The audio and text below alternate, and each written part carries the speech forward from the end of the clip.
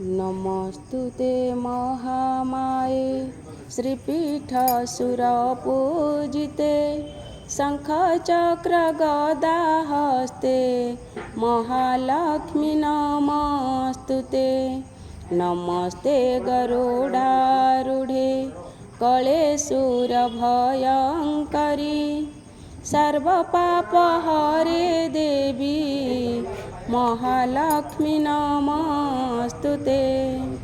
सर्वज्ञे सर्ववरदे सर्वदुष्टभयङ्करी सर्वदुःखहरे देवी महालक्ष्मी नमस्तुते। सिद्धिबुद्धिप्रदे देवी भक्तिमुक्तिप्रदायिनी मंत्रमूर्ते सदा देवी महालक्ष्मी नमस्तुते। आद्यन्तरहिते देवी आद्यशक्ति माहेश्वरी जोगो जे जोगो सम्भूते महालक्ष्मी नमस्तुते। स्थूल सूक्ष्म महारुद्रे महाशक्ति मोहोदरे महापापहरे देवी महालक्ष्मी नमस्तुते। पद्मासनस्थिते देवी परं ब्रह्मस्वरूपिणी परस्मेष्टि जगन्माता महालक्ष्मी नमस्तुते। श्वेतांबरधरे देवी नानालंकार भूषिते जगस्थिते महामाया महालक्ष्मी नमस्तुते। महालक्ष्मीष्टकं यः पठते भक्तिमान् नरः सर्वसिद्धिमवाप्नोति राज्यं प्राप्नोति सर्वदा। एककालं पठे नित्यं महापापविनाशनं द्विकालज पठे नित्यं धनधान्यसमन्वितः त्रिकालज पठे नित्यं महाशत्रुविनाशक महालक्ष्मी भवे नित्यं प्रसन्न वरदा शुभा।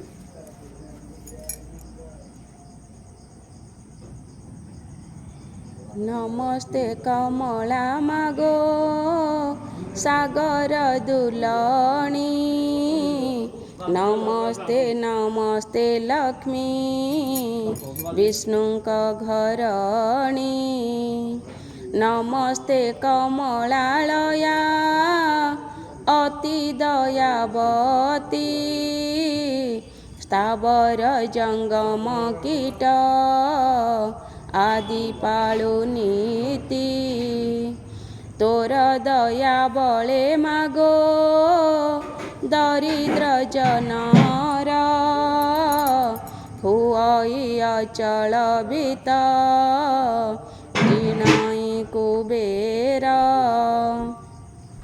तोर द्रोही जने मागो अन्न न मिलई जेते अरजिले केभे पेट न पुरई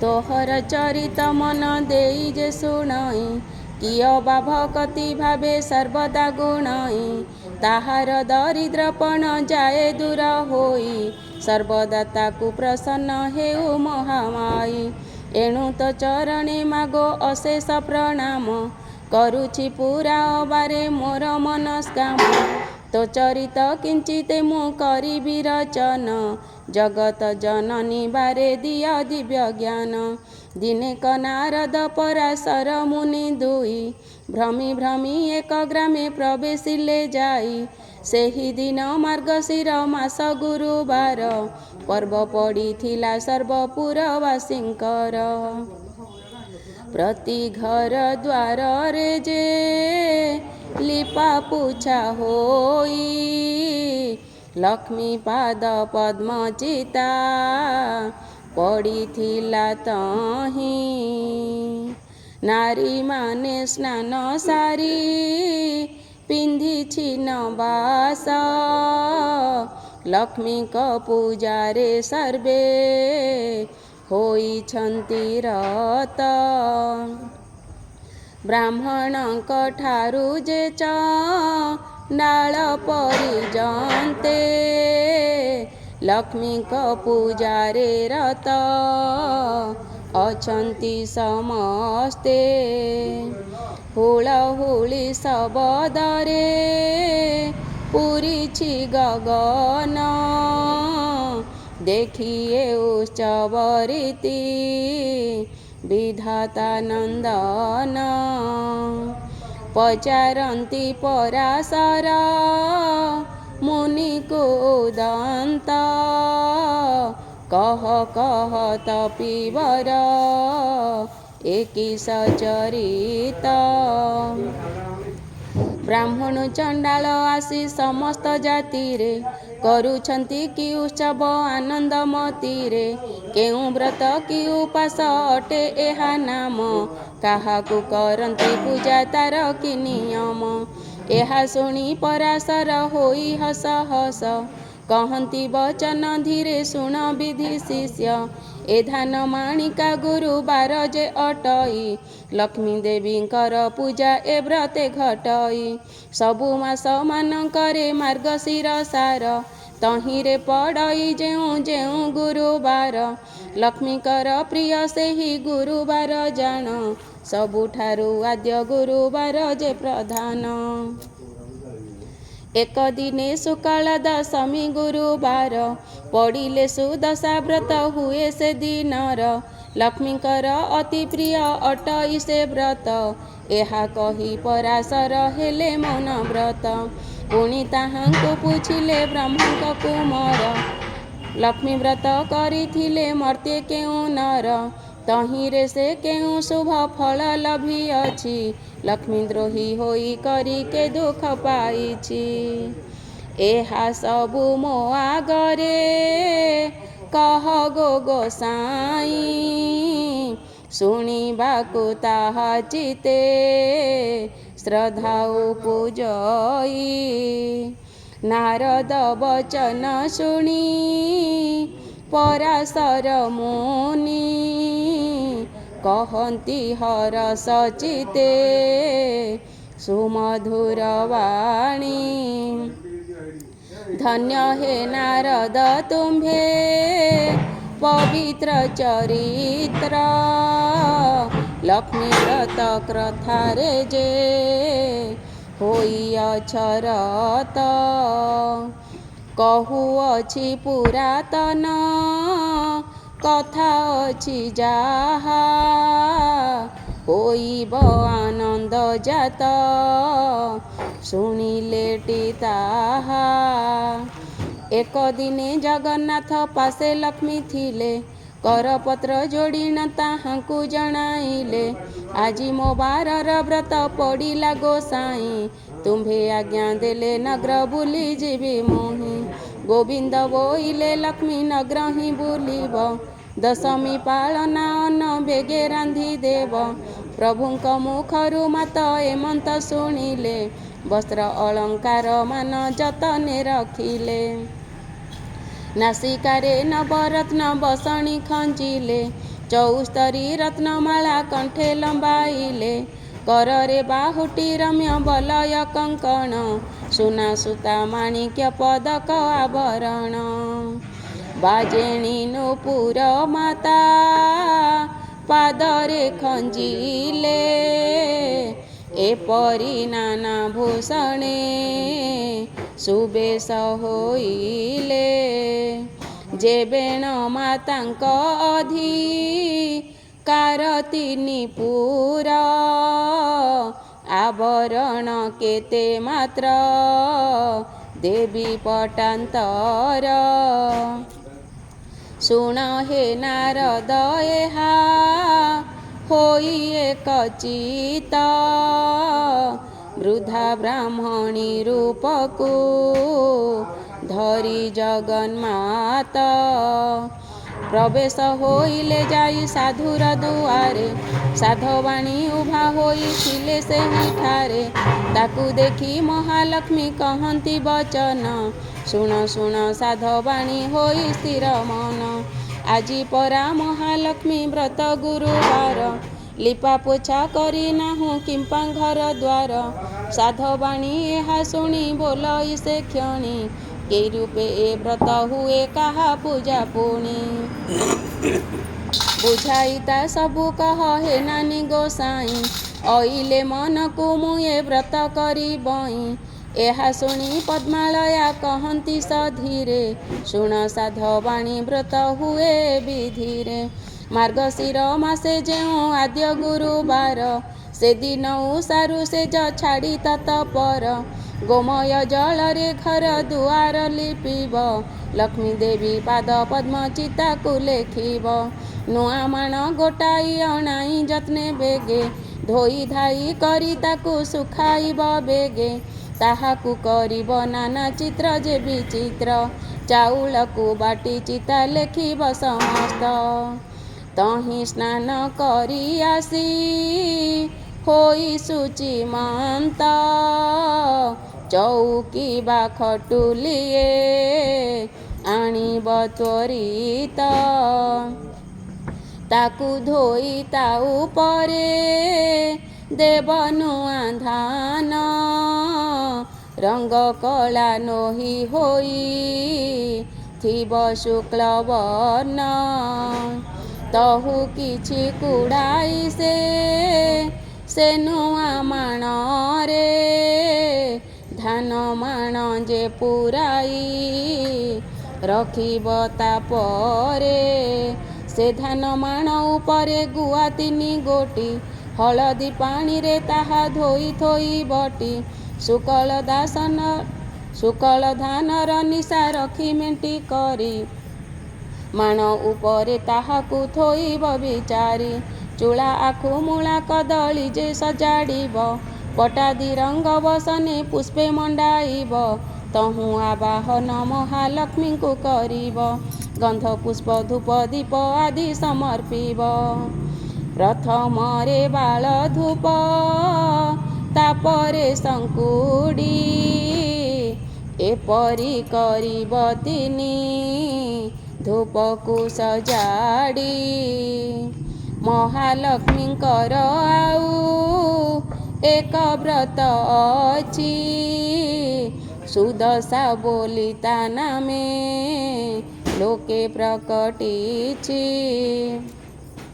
ଶୁକ୍ଳ ଦଶମୀ ହେଲେ ଗୁରୁବାର ଦିନ ହୁଅଇ ସୁଦଶା ବ୍ରତ ଶୁଣ ଦେଇ ମନ ସେଦିନ ଉଷାରୁ ସେଜ ଛାଡ଼ି ତତ୍ପର ଝୋଟି ଆଦି ଚିତା ଦେବ ପୂର୍ବ ପରକାର ସ୍ନାନ ସାରି ଗୃହେ ପଦ୍ମ ମଣ୍ଡଳ ଲେଖିବ ତହିଁ ପରେ ଧୋଇ ଏକ ଖଟୁଲି ରଖିବ ତହିଁ ପରେ ଲକ୍ଷ୍ମୀ ପୂଜା ଗୁଆକୁ ଥୋଇବ ପଞ୍ଚାମୃତ ଶୁଦ୍ଧ ଜଳେ ସ୍ନାନ କରାଇବ 10 ଘିଅ ସୂତାରେ ସେ ପ୍ରତ୍ୟେକ କରିବ ଲକ୍ଷ୍ମୀଙ୍କ ନାମରେ 10 ଗୋଟି ଗଣ୍ଠି ଦେବ 10 କେରା ଦୁବରେ ସେ ବ୍ରତ ଗୁଡ଼ାଇବ ମହାଲକ୍ଷ୍ମୀ ଗୁଆ ପାଶେ ତାହାକୁ ଥୋଇବ କରୁଥିଲେ ପୂର୍ବରୁ ସେ ବ୍ରତ ପୁରାତନ ବ୍ରତ ଡର ଆଣି ତହିଁ ଥୋଇବ ବହନ ପ୍ରଥମରେ ବାଳ ଧୂପ ନୈବେଦ୍ୟ କରି ତାପରେ ଯା ଭୋଗ ଦେବ ଶୁଣ ହେତୁ କରି ଅରୁଆ ଚାଉଳ 1 ମାଣ ତିନ୍ତାଇବ ତାକୁ କୁଟି ଚୁନା କରି ଯତନେ ରଖିବ କଦଳୀ ନଡ଼ିଆ ଛେନା ଆଦି 10 ପୁର ଦେଇ 10 ଗୋଟି ମଣ୍ଡା କରିବ ସତ୍ୱର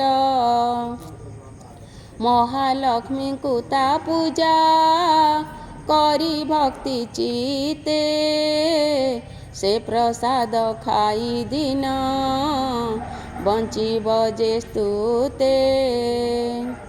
ମହାଲକ୍ଷ୍ମୀ ପ୍ରସାଦ ଯେ ପରକୁ ନ ଦେବ ବିଭା ହୋଇଥିବା ଝିଅ ସୁଧା ନ ଖାଇବ। ଯେଉଁ ତାରୁ କଥା ଏକ ମନ ଦେଇ ଶୁଣ ଗୁରୁବାର ଦିନ ଯେଉଁ କଥା ନିବାରଣ ସେ କଥା କହୁଛି ଏବେ ସାଧବାଣୀ ଶୁଣ। କେବେ ନ ଭାଜିବ ଖଇ ଗୁରୁବାର ଦିନ।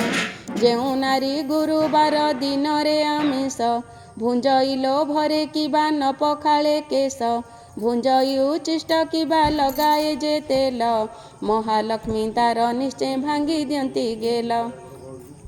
ଗୁରୁବାରେ ଯେଉଁ ନାରୀ ତୁଳାକୁ ଭିଣଇ ଲାଉରେ ଆମିଷ ଦେଇ ଯେ ଗ୍ରାସ କରଇ ଖଟର ଛାୟାରେ ଯେହୁ କରଇ ଶୟନ ରାତ୍ର କାଳେ ଦଧିଅନ୍ନ ଯେ କରେ ଭୋଜନ କ୍ଷୌର ହୁଏ ଯେହୁଁ ଯାଇ ନାପିତର ଦ୍ୱାରେ ଭୋଜନ ସମୟେ ଅନ୍ନ ପକାଏ ଭୂମିରେ ଭୁଞ୍ଜି ନ ପାରିଣ ଅନ୍ନ ଫୋପଡ଼ାଇ ଦିଏ ଏଡ଼େ କର୍ମ ଯେ କରେ ସେ ଲକ୍ଷ୍ମୀକୁ ନ ପାଏ।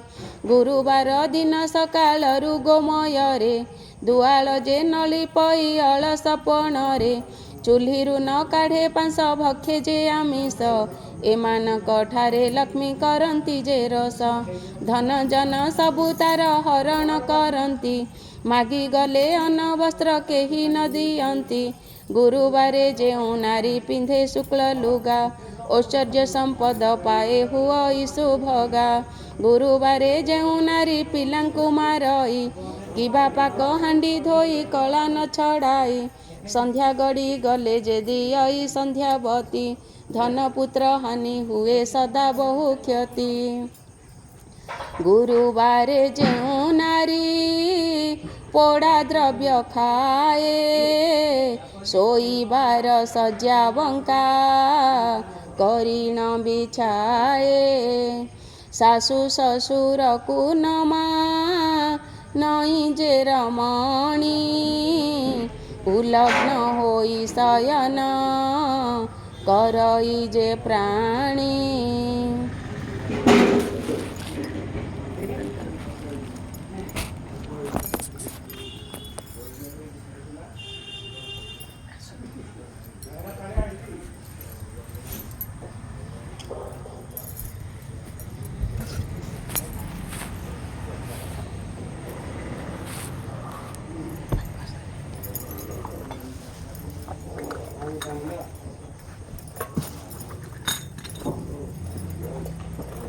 ସବୁବେଳେ ଗୀତ ଗୀତ ଶୁଣ କରିନାହାନ୍ତି ଆସୁନଥିଲ କାଲି ପଡ଼ିଦିନ ଦେହ ଖରାପ ଥିଲା ଠିକ୍ ଥିଲା ଯେ ଆମେ ଆସୁନଥିଲେ ଖୋଜୁଥିଲି ମୁଁ କହିଲେ କୁଆଡ଼େ ଗଲେ।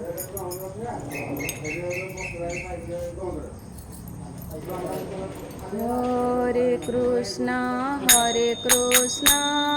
କୃଷ୍ଣ କୃଷ୍ଣ ହରେ ହରେ ହରେ ରାମ ରାମ ରାମ ହରେ ହରେ। ହରେ କୃଷ୍ଣ କୃଷ୍ଣ କୃଷ୍ଣ ହରେ ହରେ ହରେ ରାମ ରାମ ହରେ ହରେ। ହରେ କୃଷ୍ଣ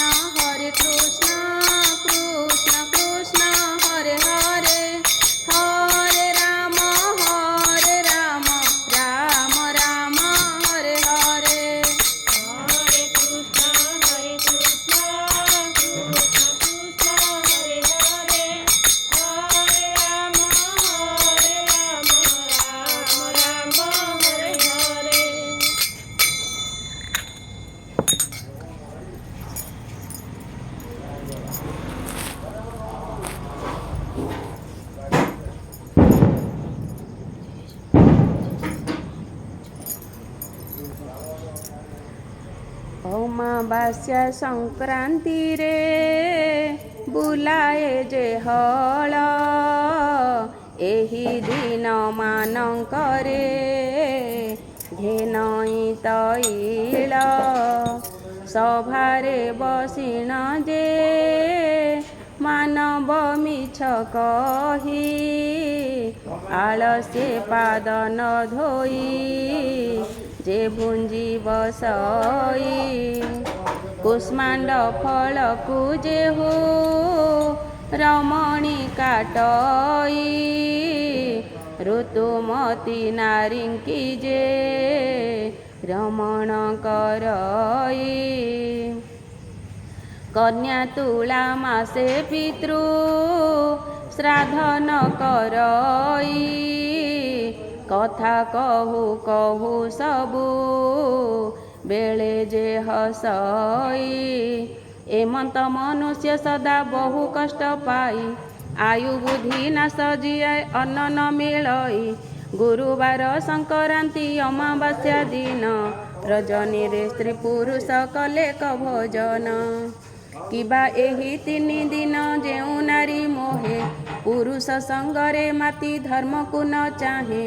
ପ୍ରାଣେ ନାଶ ନ କରିଣ ତାକୁ ଦୁଃଖ ଦେଇ, ବୁଲାନ୍ତି ଯେ ଅନ୍ନ ବସ୍ତ୍ର କାହିଁ ନ ମିଳଇ। ଏ 3 ଦିନ ଯେ ଦେହୁ ତିକ୍ତ ଦ୍ରବ୍ୟ ଖାନ୍ତି, ଅନ୍ତକାଳେ ଯମଦ୍ୱାରେ ବହୁ ଦଣ୍ଡ ପାନ୍ତି। ଏ 3 ଦିନ ଯେ ନାରୀ କରଇ ହବିଷ୍ୟ, ଦୁଃଖୀ ରଖି ଦେଖି ଦାନ କରଇ ବିଶେଷ। କରେ ଲକ୍ଷ୍ମୀ ବ୍ରତ ଲକ୍ଷ୍ମୀ ବାରେ ଉପବାସ, ବଢ଼ିବ ତାହାର ଧନ ଜନ ଆୟୁ ଯଶ। ସକାଳ ସେଜରୁ ଉଠି ଯେ ମୁଖ ନ ଧୋଏ, ତା ମୁଖ ଯେ ଜନ ଦେଖେ ତାର ଶୁଭ ନୋହେ। ରାତ୍ର ଶେଷେ ବାସି ସେ ଯେ କରେ ଶୟନ, ତା ଗୃହକୁ ଲକ୍ଷ୍ମୀ ତ୍ୟାଗ କରନ୍ତି ବହନ। ଆସନ ବିନା ଯେ ଭୂମି ପରେ ବସି ଖାଏ, କିବା ଯେ କୁମାରୀ ସଙ୍ଗତରେ କାମ ମୋହେ। ଦକ୍ଷିଣ ପଶ୍ଚିମ ମୁଖେ ଯେ ଭୁଞ୍ଜି ବସଇ, ଏମାନଙ୍କ ପାଶୁ ଲକ୍ଷ୍ମୀ ଯାନ୍ତି ଦୂର ହୋଇ। ସନ୍ଧ୍ୟାରେ କୁଣ୍ଡାଇ କେଶ ବାନ୍ଧେ ଯେଉଁ ନାରୀ, କେବେ ନ ଦେଖନ୍ତି ଲକ୍ଷ୍ମୀ ତାହାର ଯେ ଶିରୀ। ଭୋଜନ କରି ଯେ ମୁଖ ଶୋଧନ ନ କରେ, ଭୋଜନ କରହି ଯେଉଁ ଅନ୍ଧକାର ଘରେ। ସ୍ନାନ ପରେ ହୁଅଇ ଯେ ତୈଳ ମରଦନ, କରେ ଯେହୁ ନଖ ମୁଖେ ଭୂମି ବିଦାରଣ। ପିନ୍ଧିଥିବା ଲୁଗା ସେ ଯେ ବିଞ୍ଚି ହୁଅଇ, ଏମାନଙ୍କ ବଦନକୁ ଲକ୍ଷ୍ମୀ ନ ଚାହଁଇ। ଯେଉଁ ନାରୀ ନିଜ ପତି ଠାରେ ରୋଷ ବହେ, ସ୍ୱାମୀ ଯାହା ବୋଲେ ତାରା ନ କରେ କେବେହେଁ। ପର ପୁରୁଷରେ ଯେହୁ ହୋଇଥାଏ ରତ, ପରିଷ୍କୃତ ନୋହି ହୁଏ ଯେ ନାରୀ କୁଶ୍ଚିତ। ଏମନ୍ତ ନାରୀଙ୍କ ମୁଖ ଲକ୍ଷ୍ମୀ ନ ଦେଖନ୍ତି, କାଙ୍ଗାଳିନୀ ପରିବାର ଦୁଆରେ ବୁଲାନ୍ତି। କଳହି ଅଳସୀ ଅତି ଅପ୍ରିୟ ସାହସୀ, ଦେବ ବିପ୍ର ତିଥିରେ ନୁହଁଇ ବିଶ୍ୱାସୀ। ଏହିପରି ନାରୀ ଥିଲେ ସେ ଗୃହ ଶ୍ମଶାନ, ଲକ୍ଷ୍ମୀ ସେ ସ୍ଥାନକୁ ସଦା କରନ୍ତି ବର୍ଜନ। ଯେଉଁ ନାରୀ ଭକ୍ତି ଚିତେ ସ୍ୱାମୀଙ୍କୁ ନ ସେବେ, ଜନ୍ମେ ଜନ୍ମେ ସ୍ୱାମୀ ଦୁଃଖେ ଦୁଃଖୀ ହୁଏ ଭବେ। ଯେଉଁ ନାରୀ ସ୍ୱାମୀ କି ଦେବତା ସମମଣି, ସେବା କରି ତୋଷୁଥାଏ ତାର ମତି ଚିହ୍ନି। ନିଜ ଅଙ୍ଗ ପରିଷ୍କାର କରି ଶୁଚି ହୁଏ, ବଡ଼ ସାନ ସମସ୍ତଙ୍କୁ ସମଭାବେ ଚାହେଁ। ପରଶିବା ବେଳେ ପକ୍ଷପାତ ଯେ ନ କରେ, ସ୍ୱାମୀ ପୁତ୍ର ସମସ୍ତଙ୍କୁ ବାଣ୍ଟେ ସମାନରେ। ପତିର ଆଜ୍ଞାକୁ କେଭେ ନ ପକାଏ ତଳେ, ସ୍ୱାମୀ ଦୁଃଖେ ଦୁଃଖୀ ସୁଖେ ସୁଖୀ ହୋଇ ଚଳେ। ଏମନ୍ତ ନାରୀର ଗୃହ ଲକ୍ଷ୍ମୀ ନ ଛାଡ଼ନ୍ତି, ତାର ଦୁଃଖ ନୟନରେ କେବେ ନ ଦେଖନ୍ତି। ଏ ମର୍ତ୍ତ୍ୟ ମଣ୍ଡଳେ ସେହି ନାରୀ ସୁଖ ପାଏ। ପତି ପୁତ୍ର କନ୍ୟା ଐଶ୍ୱର୍ଯ୍ୟ ଯୁକ୍ତ ହୁଏ। ଅନ୍ତକାଳେ ବୈକୁଣ୍ଠେ ଲକ୍ଷ୍ମୀଙ୍କ ସଙ୍ଗରେ ଅନୁକ୍ଷଣେ ମଜି ରହେ ପ୍ରମୋଦ ରଙ୍ଗରେ। ସଧବା ନାରୀର ପତି ବିନା ନାହିଁ ଗତି। ତପ ଜପ ଦେବ ପୂଜା ତାହାର ଅନୀତି। ପତି ସେବା ଛାଡ଼ି ବୃଥା ବ୍ରତେ ଯେ କରଇ। ଜନ୍ମ ଜନ୍ମାନ୍ତରେ ବାଲ୍ୟ ବିଧବା ହୁଅଇ। ଯେଉଁ ନାରୀ ଆନନ୍ଦରେ ଅତିଥି ସେବଇ। ପୁଣ୍ୟବତୀ ବୋଲି ତାକୁ ପୁରାଣରେ କହି। ଏମନ୍ତ ପ୍ରକାରେ ଯେଉଁ ନାରୀ ବା ପୁରୁଷ ଆପଣାର କୁଳ ଧର୍ମ ନ ଛାଡ଼ନ୍ତି ଲେଶ। ସଦାବେଳେ କରନ୍ତି ଉତ୍ତମ ଆଚରଣ। ଶ୍ରୀଲକ୍ଷ୍ମୀ ତାହାଙ୍କ ପାଦେ ମିଳନ୍ତି ତକ୍ଷଣ। ପତି ସେବା ବିନା ନାହିଁ ନାରୀଙ୍କର ଗତି। ପତି ପ୍ରାଣା ନାରୀଙ୍କରେ ଦେବଲୋକେ ଗତି। ନାରୀଙ୍କର ଲକ୍ଷ୍ମୀ ବ୍ରତ ପତି ସେବା ବିନା। ଅନ୍ୟ ଦେବ ପୂଜା ତୀର୍ଥ ଯାତ୍ରା ବିଡ଼ମ୍ବନା। ପତି ସେବା ବର ଯିଜେ ମାତି ଗରବରେ। ଗୁରୁବାରେ ଲକ୍ଷ୍ମୀ ବ୍ରତ ସେଉ ଯଦି ନ କରେ। ତାହାର ନୁହଁଇ ଭଲ ଜନମେ ଜନମେ। ଦୁଃଖ ଶୋକ ରୋଗ ଭୋଗ ସଂସାରେ ସେ ଭ୍ରମେ। ଏମନ୍ତ ତିଆରି ସାଧବାଣୀ କି କହିଲେ। ଆଜିଠାରୁ ଲକ୍ଷ୍ମୀ ବ୍ରତ କର ଯା ବୋଇଲେ। ନ କଲେ ସର୍ବ ସମ୍ପଦ ତୋର କ୍ଷୟ ଯିବ। ଅନ୍ନ ବସ୍ତ୍ର ଅଭାବରେ ଦୁଃଖ ଭୋଗ ହେବ। ଶୁଣ ହୋ ନାରଦ ଠାକୁରାଣୀ ଏହା କହି। ସେଠାବରୁ କେତେ ଦୂର ପଥ ଗଲେ ବାହି। ଘରେ ଘରେ ପୁରେ ପୁରେ ଲକ୍ଷ୍ମୀ ବିଜେ କଲେ। କାହାରି ଦୁଆରେ ସେହି ସୂଚି ନ ଦେଖିଲେ। କେବଳ ଯୁବତୀ ନିଦେ ହୋଇ ଅଚେତନ। କାହାର ଫିଟି ଯାଇଛି ପିନ୍ଧିଲା ବସନ। କାହାର ଶିରରେ କେଶ ମୁକୁଳିତ ହୋଇ। ଭୂମି ପରେ ପଡ଼ିଅଛି କେରି କେରି ହୋଇ। ଏହି ରୂପେ ମହାଲକ୍ଷ୍ମୀ ଦେଖି କରି ଗଲେ। ଚଣ୍ଡାଳ ସାହିରେ ଯାଇ ପ୍ରବେଶ ହୋଇଲେ। ଶ୍ରିୟା ଚଣ୍ଡାଳୁଣୀ ନଗ୍ର ବାହାରେ ତା ଘର। ତାହାର ମହିମା ଯେ ଦେବଙ୍କୁ ଅଗୋଚର। ପ୍ରତିଦିନ ଖର କଇ ଗୁଣ୍ଡିଚା ନବର। ବିଷ୍ଣୁ ଭକତିରେ ସେ ଯେ ଅତି ତତ୍ପର। ରାତ୍ର ବେଡ଼ି ଘଡ଼ି ଥାଉ ଚଣ୍ଡାଳୁଣୀ ଗଲା। ଏକ ବର୍ଣ୍ଣ ଗାଈର ଯେ ଗୋବର ଆଣିଲା। ଉତ୍ତମ କରିଣ ଘର ଦ୍ୱାରକୁ ଲିପିଲା। ଛଡ଼ା ପାଣି ମୁନ୍ଦାଏ ଦୁଆରେ ପକାଇଲା। ଅରୁଆ ଚାଉଳ ବାଟି ଘରେ ଝୋଟି ଦେଲା। 16 କଠି କରି ଦିବ୍ୟ ପଦ୍ମେ କାଟିଲା। ଦଶମୁଖୀ ଦୀପାବଳି ମଣ୍ଡଳେ ଥୋଇଲା। 10 ବର୍ଣ୍ଣ ଫଳମୂଳ ମଣ୍ଡଳେ ବାଢ଼ିଲା। ସୂତା 10 ଖିଅ ନେଇ ମଣ୍ଡଳେ ଥୋଇଲା। ମନର ଚଞ୍ଚଳେ ପୁଣି ବେଗେ ଚଳିଗଲା। ଅରୁଆ ଚାଉଳ ଆଉ ଦୁବ 10 କେରା। ତାହା ନେଇ ଚଣ୍ଡାଳୁଣୀ ମଣ୍ଡଳେ ଥୋଇଲା। ଧୂପ ଦୀପ ନୈବେଦ୍ୟ ଗନ୍ଧ ପୁଷ୍ପ ଦେଲା। ଲକ୍ଷ୍ମୀ ନାରାୟଣ ବୋଲି ସୁମରଣା କଲା। ନମସ୍ତେ ନମସ୍ତେ ମାଗୋ ହରିଙ୍କ ଘରଣୀ। ମୁହିଁ ଛାରହି ନ ଜାତି ନ ଜାଣଇ ପୁଣି। ଚଣ୍ଡାଳ ସାହିରେ ଘର ପୁଣି ଚଣ୍ଡାଳୁଣୀ। କିଞ୍ଚିତେ ଭକତି ମୋର ଘେନ କମଳିନୀ। ଦାଣ୍ଡେ ଦାଣ୍ଡେ ଯାଉଥିଲେ ବିଷ୍ଣୁ ପାଟରାଣୀ। ସହି ନ ପାରିଲେ ଚଣ୍ଡାଳୁଣୀର ଦଇନୀ। ପଦ୍ମ ଫୁଲ ଦେଖି ତାଙ୍କ ବଳିଲା ଶରଧା। ଦୁଇ ପାଦ ଦେଇ ମାତା ପଦ୍ମେ ହେଲେ ଉଭା।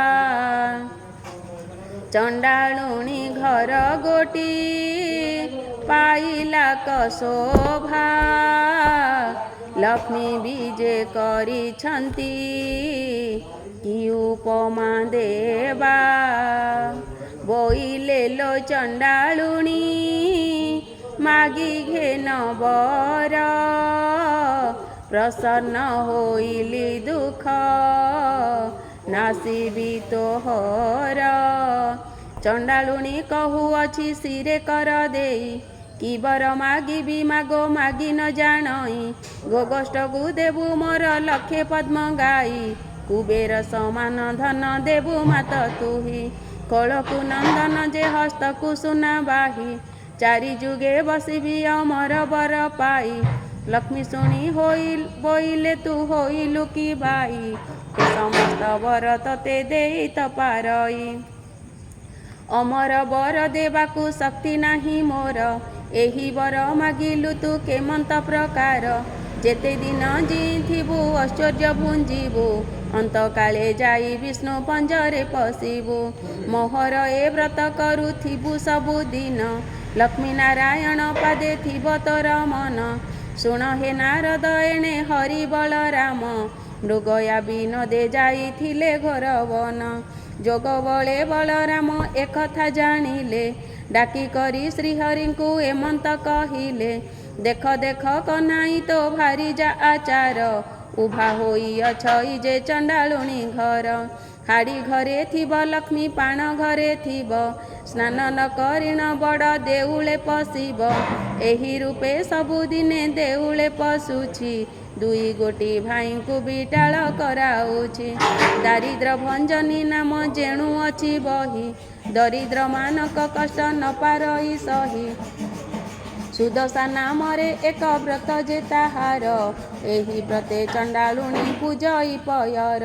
ଭାରି ଯାରେ କାର୍ଯ୍ୟ ଯେବେ ଅଛି ରେ କହ୍ନାଇ, ଚଣ୍ଡାଳ ସାହିରେ ନଗ୍ର ତୋଳ ବେଗେ ଯାଇ। ଆମ୍ଭ ବାକ୍ୟ ମାନି ତାକୁ ଦିଅ ଘଉଡ଼ାଇ, ଏପରି ଘରଣୀ ଥିଲେ ଭଲ ଗତି ନାହିଁ। ଗୋବିନ୍ଦ ବୋଇଲେ ଭାଇ ଘଉଡ଼ାଇ ଦେବା, ଲକ୍ଷ୍ମୀ ପରା ଭାରି ଯାକୁ ଆଉ ନ ପାଇବା।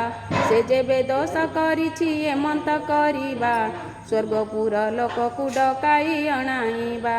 5 ଲକ୍ଷ ଟଙ୍କା ଦେଇ ଜାତି କରାଇବା, ଆଉ ବେଳେ ତାର ଯଦି ଅନୀତି ଦେଖିବା। ଦେଉଳ ଭିତରୁ ତାକୁ ଦେବା ଘଉଡ଼ାଇ, ଏକଥା ପ୍ରମାଣ ତୁମେ ଶୁଣ ଜ୍ୟେଷ୍ଠ ଭାଇ। ନ ଜାଣି ଯେ ଦୋଷ କଲେ ସିନ୍ଧୁରାଜ ଜେମା, ବାରେ ମାତ୍ର ଭାଇ ତାଙ୍କ ଦୋଷ କର କ୍ଷମା। ବଳରାମ ବୋଲୁଛନ୍ତି ଶୁଣ ଭାବଗ୍ରାହୀ, ତୋର ଲକ୍ଷ୍ମୀ ଥିଲେ ମୋହି ରହିବହିଁ ନାହିଁ।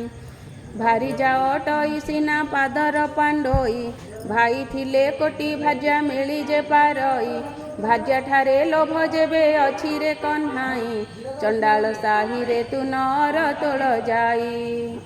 ମୋର ବଡ଼ ଦେଉଳକୁ ଆଉ ନ ଆସିବୁ, ମାଇପକୁ ଘେନି ଦାଣ୍ଡ ବାହାରେ ରହିବୁ। ଧିକାର ବଚନ ପ୍ରଭୁ ସହି ନ ପାରିଲେ, ଛାଡ଼ିଲି ବୋଲିଣ ରଙ୍ଗ ଅଧରେ କହିଲେ। ଦେଉଳର ସିଂହଦ୍ୱାରେ ପ୍ରବେଶ ହୋଇଲେ, ଊର୍ଦ୍ଧ୍ୱମୁଖ ହୋଇ ପ୍ରଭୁ ନିଶ୍ୱାସ ଛାଡ଼ିଲେ। ଶୁଣ ହେ ନାରଦ ତେଣେ ଶ୍ରୀୟା ଚଣ୍ଡାଳୁଣୀ, ପୂଜା କରୁଥିଲା ଲକ୍ଷ୍ମୀଙ୍କର ପାଦ ବେନି।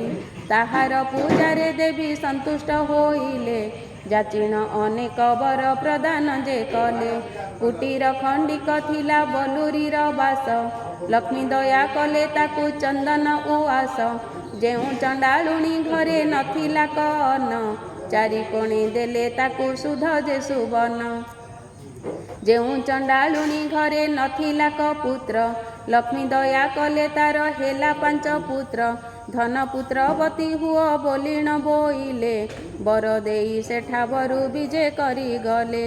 ଲକ୍ଷ୍ମୀ ହେତୁ ଚଣ୍ଡାଳୁଣୀ ହେଲା ଭାଗ୍ୟବତୀ, ଏବେ ଶୁଣ ହେ ନାରଦ ଅପୂର୍ବ ଭାରତୀ। ସିଂହଦ୍ୱାରେ ବିଜୟ ଯେ ଲକ୍ଷ୍ମୀ ମହାମାଇ, ଦେଖିଲେ ଦୁଆରେ ବସିଛନ୍ତି ବେନି ଭାଇ। ବୋଇଲେ ଯେ ବାଟ ଛାଡ଼ ଭିତରକୁ ଯିବି, ଦଶମୀ ଯୋଗାଣ ମୋହି ମଣୋହି ରାନ୍ଧିବି। ଗୋବିନ୍ଦ ବୋଇଲେ ଲକ୍ଷ୍ମୀ ହୋଇଲ କି ବାଇ, ଚଣ୍ଡାଳ ସାହିକି ଯାଇଥିଲ କାହିଁ ପାଇଁ। ଆମ୍ଭେ ନ ଦେଖୁଣୁ ଯେ ଦେଖିଲେ ବଡ଼ ଭାଇ, ଆମ୍ଭେ ଦେଖିଥିଲେ ସିନା ଦିଅନ୍ତୁ ଘୋଡ଼ାଇ, ଯାଅ ଲକ୍ଷ୍ମୀ ତୁମ୍ଭଠାରେ ଆଉ କାର୍ଯ୍ୟ ନାହିଁ। ଧିକାର ବହୁତ ମତେ କଲେ ବଡ଼ ଭାଇ, ହାଡ଼ି ଘରେ ଥିବ ଲକ୍ଷ୍ମୀ ପାଣ ଘରେ ଥିବ। ସ୍ନାନ ନ କରି ପଶୁଛି ଦେଉଳ ଭିତର, ତାଠାରୁ ପାପିନୀ ଆଉ ସଂସାରରେ ନାହିଁ। ମୋହର ବଚନ ଏବେ ଶୁଣ ପ୍ରାଣ ସହି, ଜଗତେ ବୋଲନ୍ତି ତତେ ବାଇ ଠାକୁରାଣୀ। ବାଇ ପ୍ରାୟ ବୁଲୁଥାଉ ହୋଇ ମଘରଣୀ, ଏକ ଘର କରାଉ ସହସ୍ର ଘର ଭାଙ୍ଗି, ସହସ୍ର ଘର କରାଉ ଏକ ଘର ଭାଙ୍ଗି। ଏମନ୍ତ ପ୍ରକାରେ ଲକ୍ଷ୍ମୀ ମହିମା ତୋହର, ଯାଅ ଲକ୍ଷ୍ମୀ ବାହାରି ଗୋ ନରହୋମପୁର। ତୋହଠାରେ କୋପ କରିଛନ୍ତି ଜ୍ୟେଷ୍ଠ ଭାଇ, ଲକ୍ଷ୍ମୀ ଦେବୀ କହୁଛନ୍ତି ଠାକୁରଙ୍କୁ ଚାହିଁ। କରପତ୍ର ଯୋଡ଼ି କରି ଦିଅ ଘଉଡ଼ାଇ, ଛାଡ଼ପତ୍ର ଦେଇ ମତେ ଦିଅ ଘଉଡ଼ାଇ। ଜଗନ୍ନାଥ କହୁଛନ୍ତି ଲକ୍ଷ୍ମୀ ମୁଖ ଚାହିଁ, ଆମ୍ଭ ଜାତିରେ ତ ଛାଡ଼ପତ୍ର ଚଳେ ନାହିଁ। ଛାଡ଼ିବା ଭାରି ଯା ମୁଖ ଚାହିଁ ନ ଯୋଗଇ, ଲକ୍ଷ୍ମୀ ଦେବୀ କହୁଛନ୍ତି ଠାକୁରଙ୍କୁ ଚାହିଁ। ଯେତେବେଳେ ସାଗର ମନ୍ଥିଲ ଦେବେ ଯାଇ, ବେଦ ମନ୍ତ୍ରାଦି ସହିତେ ମୋତେ ପାଇଥିଲ। ସେତେବେଳ କଥା ତୁମ୍ଭେ ପାଶୋରି ଯେ ଦେଲ, ମୋର ପିତା ବରୁଣ ଯେ ତୁମ୍ଭକୁ ବରିଲେ। କନକ ବେଦୀରେ ନେଇ ବିଭା କରାଇଲେ, ଝିଅ ଦେଇ ଶରଣ ପଶିଲେ ତୁମ୍ଭ ଠାଇଁ। ଦୋଷ ଦୋଷ ମୋର କ୍ଷମା କରିବାର ପାଇଁ, 10 ଗୋଟି 10ରୁ ଗୋଟିଏ ନ ସହିଲ। ପ୍ରଥମରେ ଚଣ୍ଡାଳୁଣୀ ବୋଲି ଗାଳି ଦେଲ, ବିଭାବାସୀ ଦିନ ଜୁଆ ଖେଳିବାର ବେଳେ। ସାତକଡ଼ା କଉଡ଼ି ଯେ ଚାଖିଲଇଁ ତଳେ, ତୁମ୍ଭେ ଢାଳି ଦିଅ ନାଥ ମୋହର ହସ୍ତରେ। ସୁବର୍ଣ୍ଣ କଉଡ଼ି ମୁହିଁ ଜାକିଲଇଁ କରେ, ଛଡ଼ାଇ ନ ପାରି ତୁମ୍ଭେ ବ୍ରହ୍ମାଣ୍ଡ ଠାକୁର। ମୋତେ ବୋଇଲ ଯାଇଛା ମାଗି ଘେନ ବର, ଯାହା ମନ ବାଞ୍ଛା ଗୋ କରିବୁ ବହି ଦେହି। ତାହା ମୁଁ ଅବଶ୍ୟ ଦେବି ଶୁଣ ପ୍ରାଣ ସହି, କରପତ୍ର ଯୋଡ଼ିଣ ମୁଁ ବୋଇଲି ଉତ୍ତର। ସାବଧାନ ହୋଇ ଶୁଣ ବ୍ରହ୍ମାଣ୍ଡ ଠାକୁର, ଅଷ୍ଟଦିନେ ପଡ଼ିବ ମୋହର ଗୁରୁବାର। ପଡ଼ି ପରଚିବି ମୁହିଁ ସଭିଙ୍କର ଘର, ପଡ଼ି ପରଚିବି କୀଟୁ ବ୍ରହ୍ମ ପରିଜନ୍ତେ। ଏହି ଦୋଷ ମୋର ପ୍ରଭୁ ନ ଧରିବ ଚିତେ, ହେଉ ବୋଲି ଶ୍ରୀମୁଖରେ ଆଜ୍ଞା ଅଛ ଦେଇ। ଏବେ କିମ୍ପା ସତ୍ୟ ଭଗ୍ନ ହେଉଛ ଗୋସାଇଁ, ଜଗନ୍ନାଥ କହୁଛନ୍ତି କୋପଭର ହୋଇ। ବାପ ତ ଲୁଣିଆ ଯେ ଗରଜି ମରୁଥାଇ, ଝିଅ ଟେରି ତ ଦୁର୍ଗୁଣ କହିଲେ ନ ସରେ। ବାପର ଗର୍ଜନ ଶବ୍ଦେ କିଏ ରହିପାରେ, ଚାରି ପାଖେ ମେଘନାଦ ପାଚେରି ତୋଳାଇ। ବଡ଼ ଦେଉଳରେ ରହି ଅଛୁ ଦୁଇ ଭାଇ, ମହାଲକ୍ଷ୍ମୀ ବୋଲୁଛନ୍ତି ଠାକୁରଙ୍କୁ ଚାହିଁ। ଅଛବର ଘରେ ଦଣ୍ଡେ ଥିଲି ଉଭା ହୋଇ, ଅଛବ ବିଟାଳ ବୋଲି ଦିଅ ଘଉଡ଼ାଇ। ପୁଣି ଜାତି କୁଳ ଗୋତ୍ର କହିଲ ଗୋସାଇଁ, ପ୍ରଭୁ ହେତୁ ସବୁ ଯାଉ ଅଛି ଗୋପ୍ୟ ହୋଇ। ତୁମ୍ଭ ଜାତି କୁଳର ତ ଠିକଣା ନ ଥାଇ, ତୁମ୍ଭ ଜାତି କୁଳ ଯେ କହିଲେ ନ ସରଇ। ଗଉଡ଼ ଘରେ ରହିଲ ଦୁଇ ଗୋଟି ଭାଇ, ନିମା ନାମେ ସିପୁଟି ଯେ ଜାତିରେ ଗୋଲକ। ତାହା ଘରେ ଜଗନ୍ନାଥ କଲ ଅନଭକ୍ଷ, ଦୂତପଣେ ଯାଇଥିଲ ହସ୍ତିନା ଭୁବନ। ବିଦୁର ଘରେ ଯେ ପୁଣି କରିଲ ଭୋଜନ, ଜରା ନାମେ ଶବର ଯେ ଅରଣ୍ୟରେ ଘର। ସେ ତୁମ୍ଭକୁ ପୂଜିଲା ବରଷ 10-12, ଅରଣ୍ୟର ଫଳମୂଳ ଖୋଜିଣ ଆଣଇ। ବସିଣ ପ୍ରଥମେ ଭଲ ମନ୍ଦ ସେ ଖାଅଇ, ପିତା କଷା ସବୁ ପ୍ରଭୁ ଆଡ଼ କରି ଦେଇ। ଯେ ଫଳ ସୁଆଦ ତାହା ତୁମ୍ଭଙ୍କୁ ଭୁଞ୍ଜାଇ, ଶବର ବିଟାଳ ତୁମ୍ଭେ ବେନି ଗୋଟି ଭାଇ। ଏ କଥାକୁ ତୁମ୍ଭ ମନୁ ଗଲା ଭୁଲି ହୋଇ, ଆପଣି ପାତକି କିମ୍ପା ପରେ ନିନ୍ଦା କର। ପାପ ପୁଣ୍ୟ ଦୁଇ କଥା ବିଚାର ନ କର। ଭାରି ଯାଜେ ଦୋଷ କଲେ ପତିତା ସହଇ। ଏକ ଅପରାଧେ ପ୍ରଭୁ ମୃତ୍ୟୁ କିତେ ଜଇ। କିମ୍ପା ନ କର ଗୋସାଇଁ ଏମନ୍ତ ବିଚାର।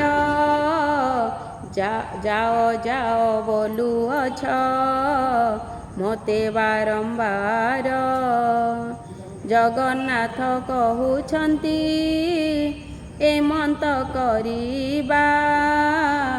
ମାଣେ ମାଣେ ପଡ଼ି ତତେ ନିତ୍ୟ ଦେଉଥିବା। ଭାଇଙ୍କୁ ବୁଝାଇ ପଛେ ତୁମ୍ଭକୁ ଆଣିବୁ। ଭାଇଙ୍କ ଆଜ୍ଞା ଅବଜ୍ଞା କେଭେ ନ କରିବୁ। ଲକ୍ଷ୍ମୀ ଦେବୀ କହନ୍ତି ପଡ଼ିରେ କାର୍ଯ୍ୟ ନାହିଁ।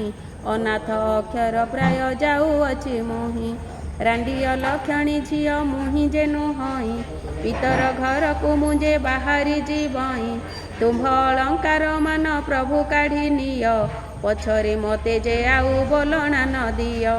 ଗୋବିନ୍ଦ ବୋଲନ୍ତି ଲକ୍ଷ୍ମୀ ହୋଇଲୋ କି ବାଇ। ଅଙ୍ଗ ଅଳଙ୍କାର ଆମ୍ଭେ ନେବୁ କାହିଁ ପାଇଁ। ଭାରିଜା ଦେହରେ ଯେଉଁ ଅଳଙ୍କାର ଥାଏ ସ୍ୱାମୀ ହୋଇ ତାହାଠାରୁ କାଢ଼ିଣ କି ନିଏ। ଠାକୁରାଣୀ କହୁଛନ୍ତି ଶ୍ରୀମୁଖକୁ ଚାହିଁ। ତୁମ୍ଭର ଅଟଇ ମୁଁ ଯେ ପ୍ରଥମ ବିଭାହି। ପଛରେ କହିବ ଲକ୍ଷ୍ମୀ ଆମ ଘରେ ଥିଲା। ସହସ୍ର ଟଙ୍କାର ଅଳଙ୍କାର ଘେନିଗଲା। ଏମନ୍ତ ଅଖ୍ୟାତି ମୋତେ ନ ଦିଅ ଗୋସାଇଁ। ତୁମ୍ଭ ଅଳଙ୍କାର ମାନ ନିଅ ବା ଉଡ଼ାଇ। ଶିରରୁ କାଢ଼ିଲେ ଲକ୍ଷ୍ମୀ ମୁକୁତାର ଜାଲି। ହୃଦରୁ କାଢ଼ିଲେ ଇନ୍ଦ୍ର ଗୋବିନ୍ଦ କାଞ୍ଚୁଲି। ଅଣ୍ଟାରୁ କାଢ଼ିଲେ ମାଏ ରତ୍ନ ଓଢ଼ିଆଣି। ନାସିକାରୁ କାଢ଼ିଲେ ଯେ ମୁକୁତା ବସଣି। କର୍ଣ୍ଣଦ୍ୱୟରୁ କାଢ଼ିଲେ ହୀରାର କୁଣ୍ଡଳ। ଗଳାରୁ କାଢ଼ିଲେ ଯେ ଦୋସରି ଚିନାମାଳ। ପାଦରୁ କାଢ଼ିଲେ ଦେବୀ ବାଜେଣୀ ନୂପୁର। ଅଙ୍ଗୁଷ୍ଠିରୁ କାଢ଼ିଲେ ଯେ ଝୁଣ୍ଟିଆ ସତ୍ୱର। ଅନ୍ୟ ଅଳଙ୍କାର ମାନ କି କହିବି ଆଉ। ରୁଣ୍ଡ କଲାରୁ ଦିଶିଲା ସବୁ ଦାଉ ଦାଉ। ସବୁ ଅଳଙ୍କାର ମାନ ଏକଠାବେ କଲେ। ରଖ ଦୀନ ବନ୍ଧୁ ବୋଲି ଏହା ସମର୍ପିଲେ। ଗୋବିନ୍ଦ କହନ୍ତି ଏହା କି କରିବୁ ନେଇ। ଆମ୍ଭର ଏ ଅଳଙ୍କାର ପ୍ରୟୋଜନ ନାହିଁ। ଗୃହସ୍ଥ ହୋଇଣ ଯେବେ ଭାର୍ଯ୍ୟାକୁ ତେଜଇ। 6 ମାସ ଭାତ ଲୁଗା ଦେଖିଣ ଦିଅଇ। ଏହି ଅଳଙ୍କାର ମାନ ସବୁ ତୁମ୍ଭେ ନିଅ। ବିକି ଭାଞ୍ଜି କରି ଭାତ ଲୁଗା କରୁଥାଅ। ଲକ୍ଷ୍ମୀ ଦେବୀ କହୁଛନ୍ତି ଶ୍ରୀମୁଖକୁ ଚାହିଁ। ସାବଧାନ ହୋଇ ଶୁଣ ବ୍ରହ୍ମାଣ୍ଡ ଗୋସାଇଁ।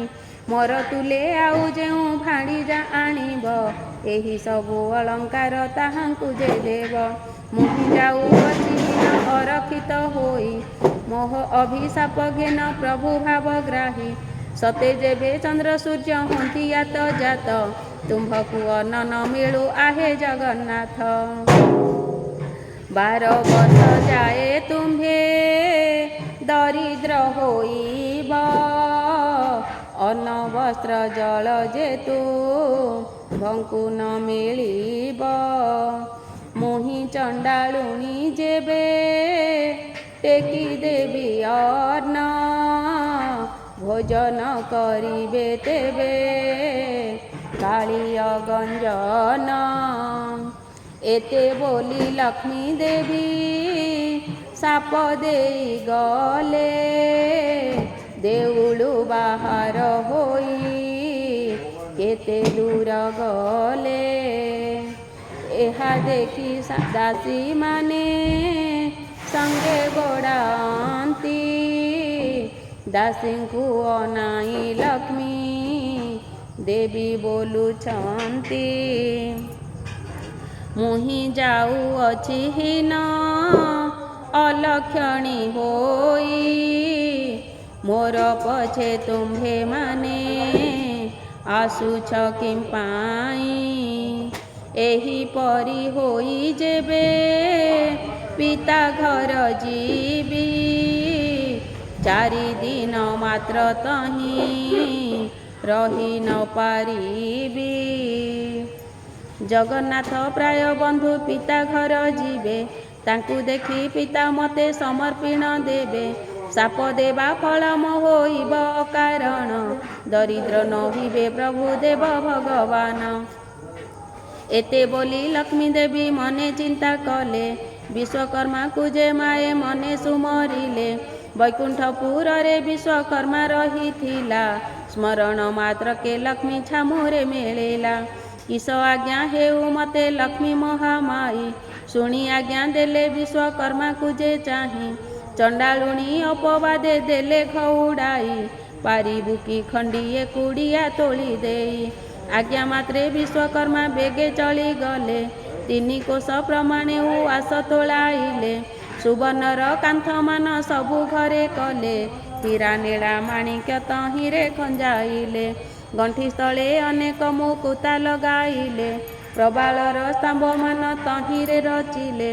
ପୁର ଦେଖି କମଳିନୀ ସନ୍ତୁଷ୍ଟ ହୋଇଲେ, ବିଶ୍ୱକର୍ମାକୁ ବହୁତ ପ୍ରଶଂସା ଯେ କଲେ। ବୈକୁଣ୍ଠପୁରରେ ବିଶ୍ୱକର୍ମା ଚଳିଗଲେ, ଅଷ୍ଟବେତାଳକୁ ଡାକି ଦେବୀ ଆଜ୍ଞା ଦେଲେ। ଅଷ୍ଟବେତାଳରେ ତୁମ୍ଭେ ଏମନ୍ତ କରିବ, ପ୍ରଥମେ ରୋଷାଇ ଶାଳେ ଯାଇଣ ପଶିବ। 60 ପଉଟି ଭୋଗ ଭୁଞ୍ଜିବ ଯେ ତହିଁ, 13 ପେଟି ବ୍ୟଞ୍ଜନ ଖାଇବ ହର୍ଷ ହୋଇ। ଶାଗ ମୁଗ ମଧୁରୁଚି ତିକ୍ତ କାନ୍ତି ରାଇ, ଆମ୍ବିଳ ଖାଇବ ଖଣ୍ଡ ସାକର ମିଶାଇ। ଅମୃତ ମୋହଣୀ ମାନ ଭୋଜନ କରିବ, ହାଣ୍ଡିମାନ ନେଇ ଏକ ଠାବେ କଚାଡ଼ିବ। ତହୁଁ ଯାଇଣ ଭଣ୍ଡାର ମଧ୍ୟରେ ପଶିବ, 52 କୋଟି ଭଣ୍ଡାର ବୋହିଣ ଆଣିବ। କାଣି କଉଡ଼ି କଡ଼ାକ ଦ୍ରବ୍ୟ ନ ରଖିବ, ସବୁ ବୋହି ଆଣି ମୋର ପାଶେ ସମର୍ପିବ। ବେତାଳେ ବୋଇଲେ ମହାଲକ୍ଷ୍ମୀ ମୁଖ ଚାହିଁ, କେମନ୍ତ କରିଣ ତହୁଁ ଆଣିବୁ ବୁହାଇ। ଜଗନ୍ନାଥ ମହାପ୍ରଭୁ ତହିଁ ଚେଇଁଥିବେ, ଆମ୍ଭକୁ ଦେଖିଲେ କାଳେ ପରାଭବ ହେବେ। ଶୁଣି କମଳିନୀ ନିଦ୍ରାବତୀ କୁରାଇଲେ, ବହନ ମୋ ବଲକର ବୋଲିଣ ବୋଇଲେ। ରାମକୃଷ୍ଣ ନୟନରେ ନିଦ୍ରା ଯେ ଘାରିବୁ, କାଲି ବେଳ 2 ଘଡ଼ି ଯାଏ ନ ଛାଡ଼ିବୁ। ଆଜ୍ଞା ପାଇ ନିଦ୍ରାବତୀ ଶୀଘ୍ର ଚଳିଗଲେ, ରାମକୃଷ୍ଣ ନୟନରେ ନିଦ୍ରା ଯେ ଘାରିଲେ।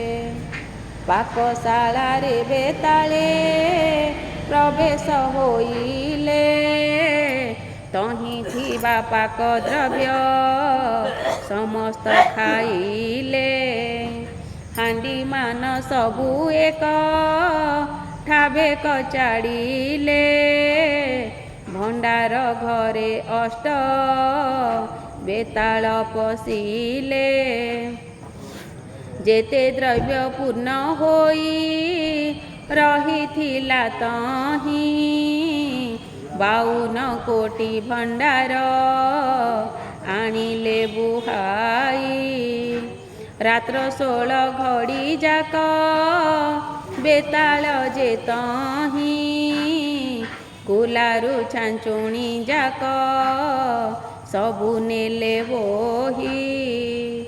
ଦେଖି କରି ମହାଲକ୍ଷ୍ମୀ ସନ୍ତୁଷ୍ଟ ହୋଇଲେ, ତୁମ୍ଭେ ଆଜି ପୁତ୍ରପଣ କରିଲ ବୋଇଲେ। ପ୍ରଶଂସା କରି ଯେ ମାଏ ବଚନ ଯେ କହି, ସବୁ ଦ୍ରବ୍ୟ ଆଣିଲ ତ ରତ୍ନ ଖଟ କାହିଁ। 5 ଲକ୍ଷ ମୂଲ୍ୟ ସେହି ଖଟ ତ ଅଟଇ, ଯାଅ ରେ ବେତାଳେ ଏବେ ଖଟ ଆଣ ବୋହି। ଯେତେବେଳେ ଜଗନ୍ନାଥ ଦରିଦ୍ର ହୋଇବେ, ରତ୍ନ ଖଟ ବିକି କରି ଦିନ କଟାଇବେ। ଯେବେ ଜଗନ୍ନାଥ ପ୍ରଭୁ ମୋତେ ନ ଖୋଜିବେ, ନାରୀଙ୍କୁ ପୁରୁଷମାନେ ଆଉ ନ ଲୋଡ଼ିବେ। ମୋତେ ଘେନି ପ୍ରଭୁ ଯେବେ ନ କରିବେ ଘର, କଳି ଯୁଗେ ନାରୀଙ୍କୁ ଯେ ନ ଖୋଜିବେ ନର। ବେତାଳେ ବୋଲୁଅଛନ୍ତି ରମା ମୁଖ ଚାହିଁ, ରତ୍ନ ଖଟେ ଶୋଇଛନ୍ତି ଦୁଇ ଗୋଟି ଭାଇ। କୋଟି ସିଂହ ପରାକ୍ରମ ପ୍ରଭୁ ବଳରାମ, ପୁଣି ତହିଁ ଶୋଇଛନ୍ତି କାଳିୟ ଗଞ୍ଜନ। ସାତ ଗୋଟି ପର୍ବତରୁ ଅଟଇ ଯେ ଗୁରୁ, ନାମ ବହି ଅଛନ୍ତି ଯେ ଅଚଳ ମହାମେରୁ। ମହାଲକ୍ଷ୍ମୀ ବୋଇଲେ ରେ ଏମନ୍ତ କରିବ, ଦୌଡ଼ିଆ ଖଟ ଏକ ଗୋଟି ଯେ ଆଣିବ। ରାମକୃଷ୍ଣ ଦୁହିଁଙ୍କୁ ଯେ ଦେବ ଗଡ଼ିଆଇ, ଶୋଇବାର ରତ୍ନ ଖଟ ଆଣିବ ବୁହାଇ। ଏହା ଶୁଣି ବେତାଳେ ଯେ ଶୀଘ୍ର ଚଳିଗଲେ, ରତ୍ନ ଖଟ ପାଶେ ଦୌଡ଼ିଆ ଖଟ ଦେଲେ। ବଳରାମକୁ ପ୍ରଥମେ ଧଇଲେ କଜାଇ, ଦୌଡ଼ିଆ ଖଟକୁ ଯେ ଦେଲେ ଗଡ଼ିଆଇ। ଏଉତାରୁ ଜଗନ୍ନାଥ ପ୍ରଭୁଙ୍କୁ ଧଇଲେ, ଦୌଡ଼ିଆ ଖଟ ଉପରକୁ ଗଡ଼ାଇଲେ। ଶୋଇବାର ରତ୍ନ ଖଟ ଆଣିଲେ କୋବହି, ମହାଲକ୍ଷ୍ମୀ ଆଗେ ଦେଲେ ଆନନ୍ଦରେ ନେଇ। ବଳରାମ ପିନ୍ଧିବାର ପାଟ ବୋହି ନେଲେ, ଜଗନ୍ନାଥ ପିନ୍ଧିବାର ନେତ ଘେନି ଗଲେ। ଦେଖିକରି ମହାଲକ୍ଷ୍ମୀ ସନ୍ତୁଷ୍ଟ ହୋଇଲେ, ଅଷ୍ଟବେତାଳକୁ ବର ଯାଚିଣ ଦେଲେ। ଆରେ ଅଷ୍ଟବେତାଳରେ ଏମନ୍ତ କରିବ, ବୈକୁଣ୍ଠପୁରରେ ଯାଇ ସୁଖରେ ରହିବ।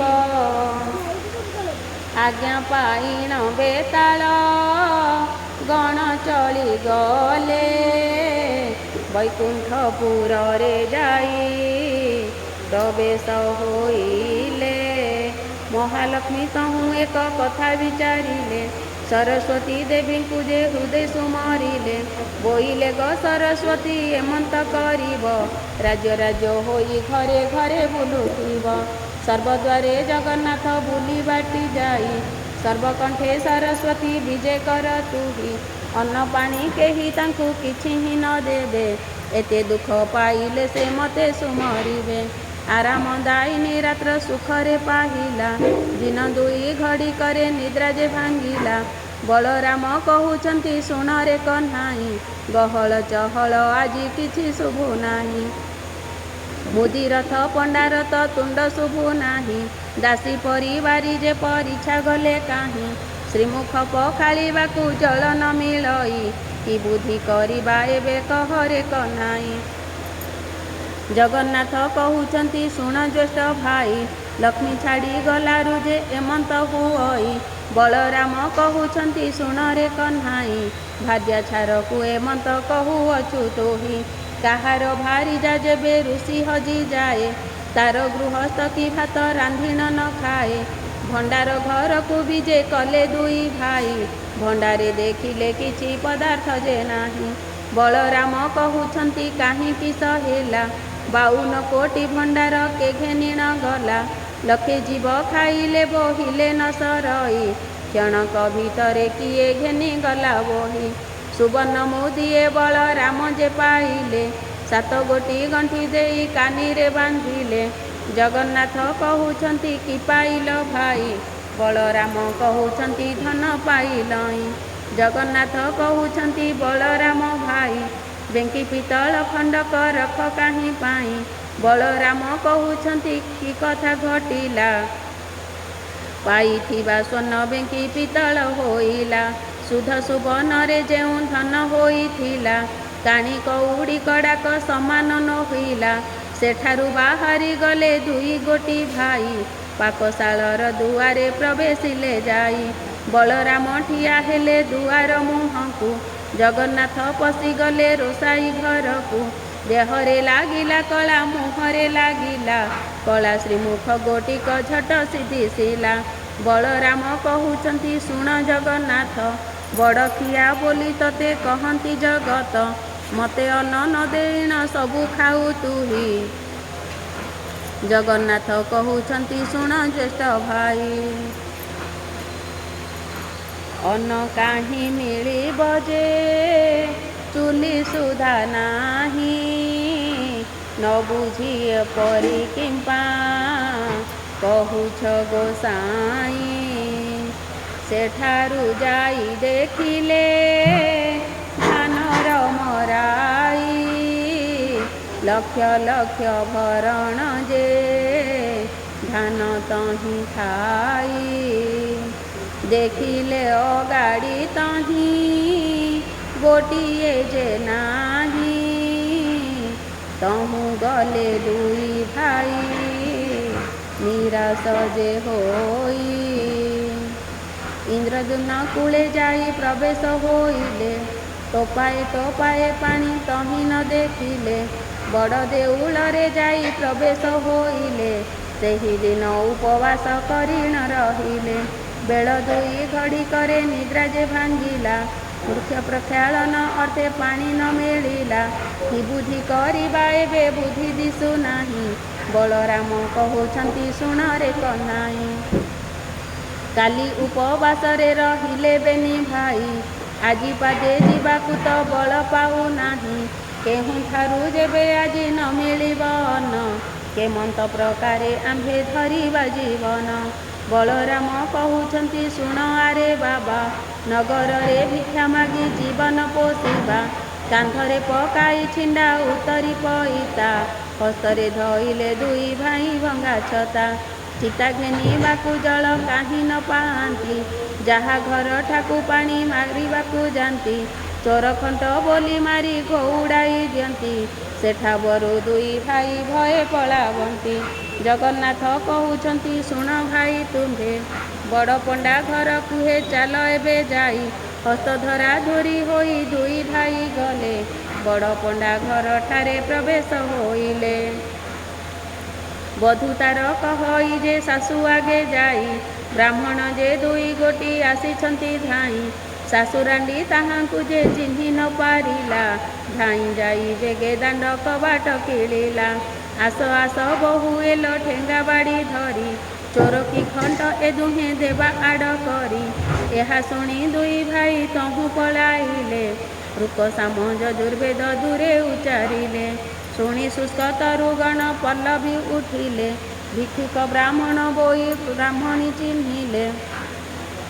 ଦୁଇ ଭାଇଙ୍କୁ ସେ ଡାକି ତହିଁ ବସାଇଲେ। ଖୁଦ ମଳୁଖ ମିଶାଇ ସତ୍ୱର ରାନ୍ଧିଲେ। ଅଫିଠା କଦଳୀ ମଞ୍ଜ ଦୁଇ ଖଣ୍ଡ ଆଣି।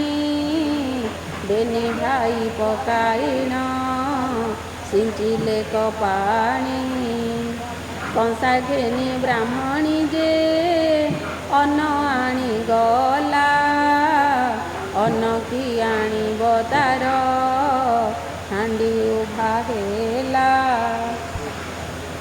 ଲକ୍ଷ୍ମୀ ଦ୍ରୋହୀ ପୁରୁଷ ଏ ବୋଲିଣ ଜାଣିଲା। ପାକଶାଳାରୁ ଲେଉଟି ପାଶରେ ମିଳିଲା। ଦୁଇ ଗୋଟି ଭାଇଙ୍କର ହସ୍ତକୁ ଧଇଲା।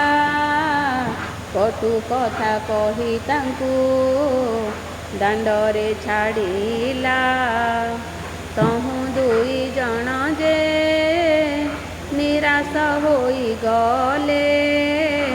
କବୀର ସାହିରେ ଯାଇ ପ୍ରବେଶ ହୋଇଲେ। ସିଦ୍ଧାର୍ଥ ବ୍ରାହ୍ମଣ ବୋଲି କବୀର ଜାଣିଲେ। କହି ଚାରି ପାଞ୍ଚ ମାଣ ଆଣି ବେଗେ ଦେଲେ। ଅନ୍ତର୍ଗତେ ଜାଣିଲେ ଯେ ଦେବୀ କମଳିନୀ। ପବନକୁ ଡାକି ଆଜ୍ଞା ଦେଲେ ସେହି କ୍ଷଣି। ଆରେ ପବନ ତୁ ହିତ ବେଗେ ଚଳିଯିବୁ। କହି ଚାରି ପାଞ୍ଚ ମାଣ ଉଡ଼ାଇ ନ ନେବୁ। ଆଜ୍ଞା ପାଇ ପବନ ଯେ ବେଗେ ଚଳିଗଲା। ପ୍ରଭୁଙ୍କ ମୁଖରୁ ଖଇ ଉଡ଼ାଇ ନ ନେଲା। ବଳରାମ କହୁଛନ୍ତି ଶୁଣରେ କହ୍ନାଇ। ପ୍ରାଣ ଗଲା ବେଳେ ଜାତି କୂଳ ଲୋଡ଼ୁ କାହିଁ। ପଦ୍ମ ପୋଖରୀକୁ ଚାଲ ଯିବା ବେନି ଭାଇ। ପଦ୍ମମୂଳ ଖାଇ ପ୍ରାଣ ବଞ୍ଚାଇବା ତହିଁ। ଫଳ ପୁଷ୍ପ କରି ତହୁଁ ଗୁଡ଼ାଏ ଆଣିବା। ଅଧିକ ମିଳିଲେ କିଛି ସଞ୍ଚିଣ ରଖିବା। ଏମନ୍ତ ବିଚାର କରି ଦୁଇ ଭାଇ ଗଲେ, ପଦ୍ମ ପୋଖରୀରେ ଯେ ପ୍ରବେଶ ହୋଇଗଲେ। ପଦ୍ମ ପୋଖରୀରେ 7 ତାଳ ପାଣି ଥିଲା, ଲକ୍ଷ୍ମୀ ଆଜ୍ଞା ମାତ୍ରେ ସବୁ ପଙ୍କ ହୋଇଗଲା। ଜଗନ୍ନାଥ କହୁଛନ୍ତି କି ବୁଦ୍ଧି କରିବା, ଜଳ ନାହିଁ ଫଳ ଏଠୁ କାହିଁରୁ ପାଇବା। ଏହା କହି ଦୁଇ ଜଣ ତହୁଁ ଚଳିଗଲେ, ଯାଉ ଯାଉ ବାଟେ ଏକ ଯୋଗୀକି ଭେଟିଲେ। ଜଗନ୍ନାଥ କହୁଛନ୍ତି ଶୁଣ ଆହେ ନାଥ, ତୁମ୍ଭର ଥାଳକୁ ଯେ ଆମ୍ଭକୁ ଦିଅ ଭାତ। ସତ୍ୟାନନ୍ଦ ବୋଲେ ରାମ କୃଷ୍ଣ ମୁଖ ଚାହିଁ, ଲକ୍ଷ୍ମୀ ଦ୍ରୋହୀ ହୋଇଅଛ ତୁମ୍ଭେ ଦୁଇ ଭାଇ। ଦୁଧ ଅନ୍ନରେ ଯେ ମୋର ଥାଳ ପୂରିଥିଲା, ତୁମ୍ଭେ ମାଗନ୍ତେଣ ଅନ୍ୟ ଶୂନ୍ୟ ହୋଇଗଲା। ଅନ୍ନ ଜଳ ନ ମିଳିବ ତୁମ୍ଭକୁ ଯେ କାହିଁ, ସମୁଦ୍ର କୂଳକୁ ବେଗେ ଯାଅ ଦୁଇ ଭାଇ। ମୁହିଁ ଯାଇଥିଲି ମୋତେ ଅନ୍ନ ଥିଲେ ଦେଇ, ଖାଇଲେ ବହିଲେ ସେହି ଅନ୍ନ ନ ସରଇ। ଏହି ରୂପେ ସତ୍ୟାନନ୍ଦ ବାଟ କହିଦେଲେ, ଯିବା ବୋଲି ଦୁଇ ଭାଇ କମର ବାନ୍ଧିଲେ। ହଟି କମଳିନୀ ତହୁଁ ବାଟ ଭିଆଇଲେ, ସୂର୍ଯ୍ୟଙ୍କୁ ରାଇଣ ଦେବୀ ବେଗେ ଆଜ୍ଞା ଦେଲେ। ଅତି ଶୀଘ୍ର ଟାଣ ଖରା କର ତୁହି ଯାଇ, ବାଲି ମାଟି ତାତୁ ବେଗେ ଡହ ଡହ ହୋଇ। ତାତିବ ଖରାରେ ଯେବେ ଭାଜିବାର ବାଲି, ପାଦେ ମାତ୍ର କେହି ତହିଁ ନ ପାରିବେ ଚାଲି। ଜଗନ୍ନାଥ କହୁଛନ୍ତି ଶୁଣ ଜ୍ୟେଷ୍ଠ ଭାଇ, ଏତେ ବଡ଼ ଖରାରେ ମୁଁ ଚାଲି ନ ପାରଇ। ବେଗ ବେଗ ହୋଇ ତୁମ୍ଭେ ଯାଉଅଛ ଧାଇଁ, ବୁଦ୍ଧି ଦିଶୁ ନାହିଁ ଏବେ କିସ କରିବଇଁ। ଶୁଣି ନ ଶୁଣିଲା ପରି ବଳଦେବ ଗଲେ, କମଳାଙ୍କ ସିଂହଦ୍ୱାରେ ପ୍ରବେଶ ହୋଇଲେ। ସିଂହଦ୍ୱାରେ ପ୍ରବେଶିଣ ଡାକିଲେ କଜହୁଁ, ଡାକ ଶୁଣି ଦାସୀମାନେ ଅଇଲେ କତହୁଁ। କେଉଁ ଦାସୀ କହୁଅଛି ଶୁଣ ଆଗ ସହି, ଏପରି କାଙ୍ଗାଳ ମୁଁ ଯେ କାହିଁ ଦେଖି ନାହିଁ। ଏହିପରି ମୋଟା ହୋଇ ଗୋଟିଏ ଯେ ଥିଲା, ଆମ୍ବ ଠାକୁରାଣୀକି ଯେ ଘରୁ ତଡ଼ି ଦେଲା। ଏହି ରୂପେ ଦାସୀମାନେ କୁହାକୁହି ହେଲେ, ବେକରେ ହାତ ଦେଇଣ ଦାଣ୍ଡରେ ଛାଡ଼ିଲେ। ବଳରାମ ପ୍ରଭୁ ତହିଁ ଲେଉଟି ଅଇଲେ, ଜଗନ୍ନାଥ ଠାକୁରଙ୍କୁ ବାଟରେ ଦେଖିଲେ। ବଳରାମ କହୁଛନ୍ତି ଶୁଣରେ କହ୍ନାଇ, ଦାସୀମାନେ ଆସି ମୋତେ ଦେଲେ ଖଉଡ଼ାଇ। ଜଗନ୍ନାଥ କହୁଛନ୍ତି କି ବୁଦ୍ଧି କରିବା, କେମନ୍ତ ପ୍ରକାରେ ଆମ୍ଭେ ଜୀବନ ଧରିବା। ଆଉ ଥରେ ଚାଲ ବେନି ଭାଇ ଫେରି ଯିବା, ବିନୟ କରି ନନ ଦାସୀଙ୍କୁ ମାଗିବା। ବଳରାମ କହୁଛନ୍ତି ପଛେ ଆମ୍ଭେ ଥିବୁ, ଆଗରେ ଥାଇ ନନ ତୁହି ଯେ ମାଗିବୁ। ଏତେ କହି ସିଂହଦ୍ୱାରେ ପ୍ରଭୁ ବିଜେ କଲେ, ମନ୍ଦିରର ଶୋଭା ଦେଖି ଆଶ୍ଚର୍ଯ୍ୟ ହୋଇଲେ। ବଳରାମ କହିଲେ ହେ ଶୁଣରେ କହ୍ନାଇ, ପଞ୍ଚମ ସ୍ୱରରେ ଆଗ ବେଦ ପଢ଼ ତୁହି। ଜଗନ୍ନାଥ ପ୍ରଭୁ ତହୁଁ ଏମନ୍ତ ଶୁଣିଲେ, ଓଙ୍କାର ଶବଦ କରି ବେଦ ଧ୍ୱନି କଲେ। ଋକ ସାମ ଯଜୁ ଅଥ ବଜେ ଚାରି ବେଦ, ବ୍ରହ୍ମାଣ୍ଡ ପୁରି ଉଠିଲା ଗହ ଗହ ନାଦ। ପଲଙ୍କ ଉପରେ ଯେ କମଳା ଶୋଇଥିଲେ, ନିସ୍ତରିଲି ନିସ୍ତରିଲି ବୋଲିଣ ବୋଇଲେ। କୋଟି କୋଟି ଜନ୍ମର ଯେ ପାତକ ହେଲା କ୍ଷୟ ଭୋଗରେ ବିଜେ କଲେ ଯେ ପ୍ରଭୁ ଦେବରାୟ। ପଚାର ପଚାର ଦାସୀ ପଚାର ଲୋ ଯାଇ କିସ ମାଗୁଛନ୍ତି ସେ ବ୍ରାହ୍ମଣ ଦୁଇ ଭାଇ। ଚାଲି ଯାଇ ମଧୁସୁଲି ତାଙ୍କୁ ପଚାରିଲେ କି ମାଗୁଛ ପଣ୍ଡାମାନେ କହ ତୁମ୍ଭେ ଭଲେ। ଜଗନ୍ନାଥ କହୁଛନ୍ତି ଦାସୀ ମୁଖ ଚାହିଁ ଅନ୍ନ ଗଣ୍ଡାଏ କି ତୁମ୍ଭେ ପାରିବ କି ଦେଇ। ଏମନ୍ତ ଶୁଣିନ ଦାସୀ ମାନେ ଚଳିଗଲେ ଲକ୍ଷ୍ମୀ ଠାକୁରାଣୀ ଆଗେ ବେଗେ ସେ ବୋଇଲେ। ଦାସୀଙ୍କ ମୁଖକୁ ଯେ ଏମନ୍ତ ବାକ୍ୟ ଶୁଣି ମନେ ବିଚାର କରନ୍ତି ଲକ୍ଷ୍ମୀ ଠାକୁରାଣୀ ଏକଥା ଅରଜି ଅଛି ଚଣ୍ଡାଳୁଣୀ ମୁହିଁ। ଏବେ ଦାସୀ ମାନେ ଲୋ ପଚାର ବେଗେ ଯାଇ ବ୍ରାହ୍ମଣ ହୋଇ ମୋ ଘରେ କି ରୂପେ ଖାଇବେ। ଚଣ୍ଡାଳୁଣୀ ଅନ୍ନ ଖାଇ ଅପବାଦ ନେବେ ଏ ମୋହର ଦ୍ରବ୍ୟ ତାଙ୍କୁ ଛୁଇଁ ନ ଯୋଗୋଇ। ଜାଣୁ ଜାଣୁ ମୁଁ କେମନ୍ତ ପ୍ରକାରେ ଦେବଣି। ଠାକୁରାଣୀ ସମୀପରୁ ଦାସୀମାନେ ଗଲେ ବ୍ରାହ୍ମଣଙ୍କ ଆଗେ ଯାଇ ଏମନ୍ତ କହିଲେ। ଦାସୀଙ୍କ ମୁଖରୁ ଯେ ଏମନ୍ତ ବାକ୍ୟ ଶୁଣି ସିଧା ଦୂର ହୋଇଣ କହନ୍ତି ହଳ ପାଣି।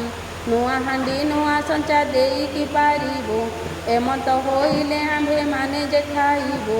ଦାସୀମାନେ କହନ୍ତି ଲକ୍ଷ୍ମୀଙ୍କ ଆଗେ ଯାଇ ହାତେ ରାନ୍ଧି ଭୋଜନ କରିବେ ବେନି ଭାଇ। ଏହା ଶୁଣି ମହାଲକ୍ଷ୍ମୀ ସନ୍ତୋଷ ହୋଇଲେ ଦାସୀଙ୍କ ହସ୍ତରେ ହାଣ୍ଡି 10 ଗୋଟି ଦେଲେ। ଚାଉଳ ପୋଟିଏ ନେଇ ଛାମୁରେ ରଖିଲେ ଲେଉଟିଆ ଶାଗ ନେଇ ପୁଳାଏ ଯେ ଦେଲେ।